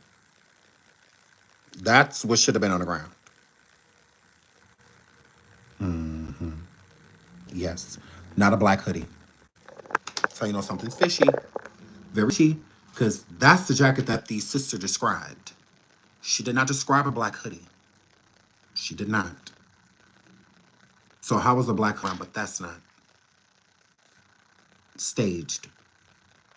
And the reason why I feel like the black hoodie was used instead was because I think that jacket got destroyed in whatever they did to her. I think that what she actually had on got destroyed, meaning like a bunch of blood and stuff may have been on it. So, and I think that would have been a giveaway that it didn't happen at that scene because I think they were trying to throw them off the scent of where she really is. By putting her clothing by an abandoned building, because that's where they found the clothing, next to an abandoned area, like where a business that's not open and whatnot, to try to make them think like, oh, well, maybe she's buried here, or maybe she's, over here, or like that, blah, blah, blah, to throw them off the scent. So I do believe that she is in that area, not the area where I found the clothes, but I do think that she is in the Detroit area somewhere. I do. I do. I don't think he got too far, because I think that he was panicking. So I don't see him driving far. And for him to check out at the hotel the next day by noon, that's another reason I feel like he didn't go too far. I don't too far. I think she's somewhere local. And I think the reason she hasn't been found is due to lack of information. I think that's it. Jarvis has not done as of now to make them look at other people. So he's not done anything to make them look into Shannon, because they need probable cause, to even warrants and things on her information, her electronics, her phone records, emails, stuff like that. They definitely need, I think that they have more than enough to do a warrant on her and to search her like deleted text and stuff like that. I think they have plenty. I think they have plenty, even with the grandmother, her not reporting her missing at all. She went to the school, and the school that she didn't come home, she never called the police. That is not protocol. Protocol is for you to contact the police. Even when she came up there and said that girl was missing, what did the school do? Called the police. Why didn't she? Why didn't she? To me, that's enough probable cause to get emails and stuff and phone records and all that. That's enough probable cause right there for me, for the police to be looking into them, because they know, they do. You got the judge saying that both women, Annette and Shannon's testimonies are questionable. Everything y'all done said up here questionable. Everything. Everything y'all done said. Y'all done said that makes sense. Thing. And they were wondering why they kept asking them, so you like knowingly let her go with this man? Knowing his record. And then Shannon says, yes, at 9 years old, he told me what he did. So he told you at 19 that he gave a 4-year-old an STD? I doubt it. I doubt it. I think that Shannon tried to sugarcoat things. I think that Shannon tried to dumb things down and make it seem like it wasn't that big of a deal. Like people lied on him. I don't think that she ever took it serious. I don't think so. I think she ever took it seriously. I think she looked at it like, oh, somebody tried to lie on my man and try to take my man down. He would never do that, blah, blah. Please. Denial is what that word. So, yeah. But we will get into more of this tomorrow. I have to get out of here. My daughter has an event after school. So, yeah. So, I have to go to that. But I'm could be jumping on coffee later. I will put up on my community what time we're going to be hopping on there. But we will definitely be back tomorrow to listen to the rest of these testimonies. And I'll bring new information as it comes. I will also keep my eye on the shallow graves and the bodies that they have found. I will keep my eye on that as well. I love you all. And I will see y'all. Thank you for hitting the like. Over 800 and something likes during the live. I really appreciate that. Thanks to everybody that sent a super sticker, super chat. And most of all, thanks for liking the video. I will see y'all on the next live, okay? Make sure y'all bring y'all information and stuff. I love brainstorming and stuff, y'all. To me, it's a really easier to have other like-minded people like y'all for us to just sit over here and give commentary and try to get this young lady some justice. Hopefully we can find her. So I love y'all, and until the next show.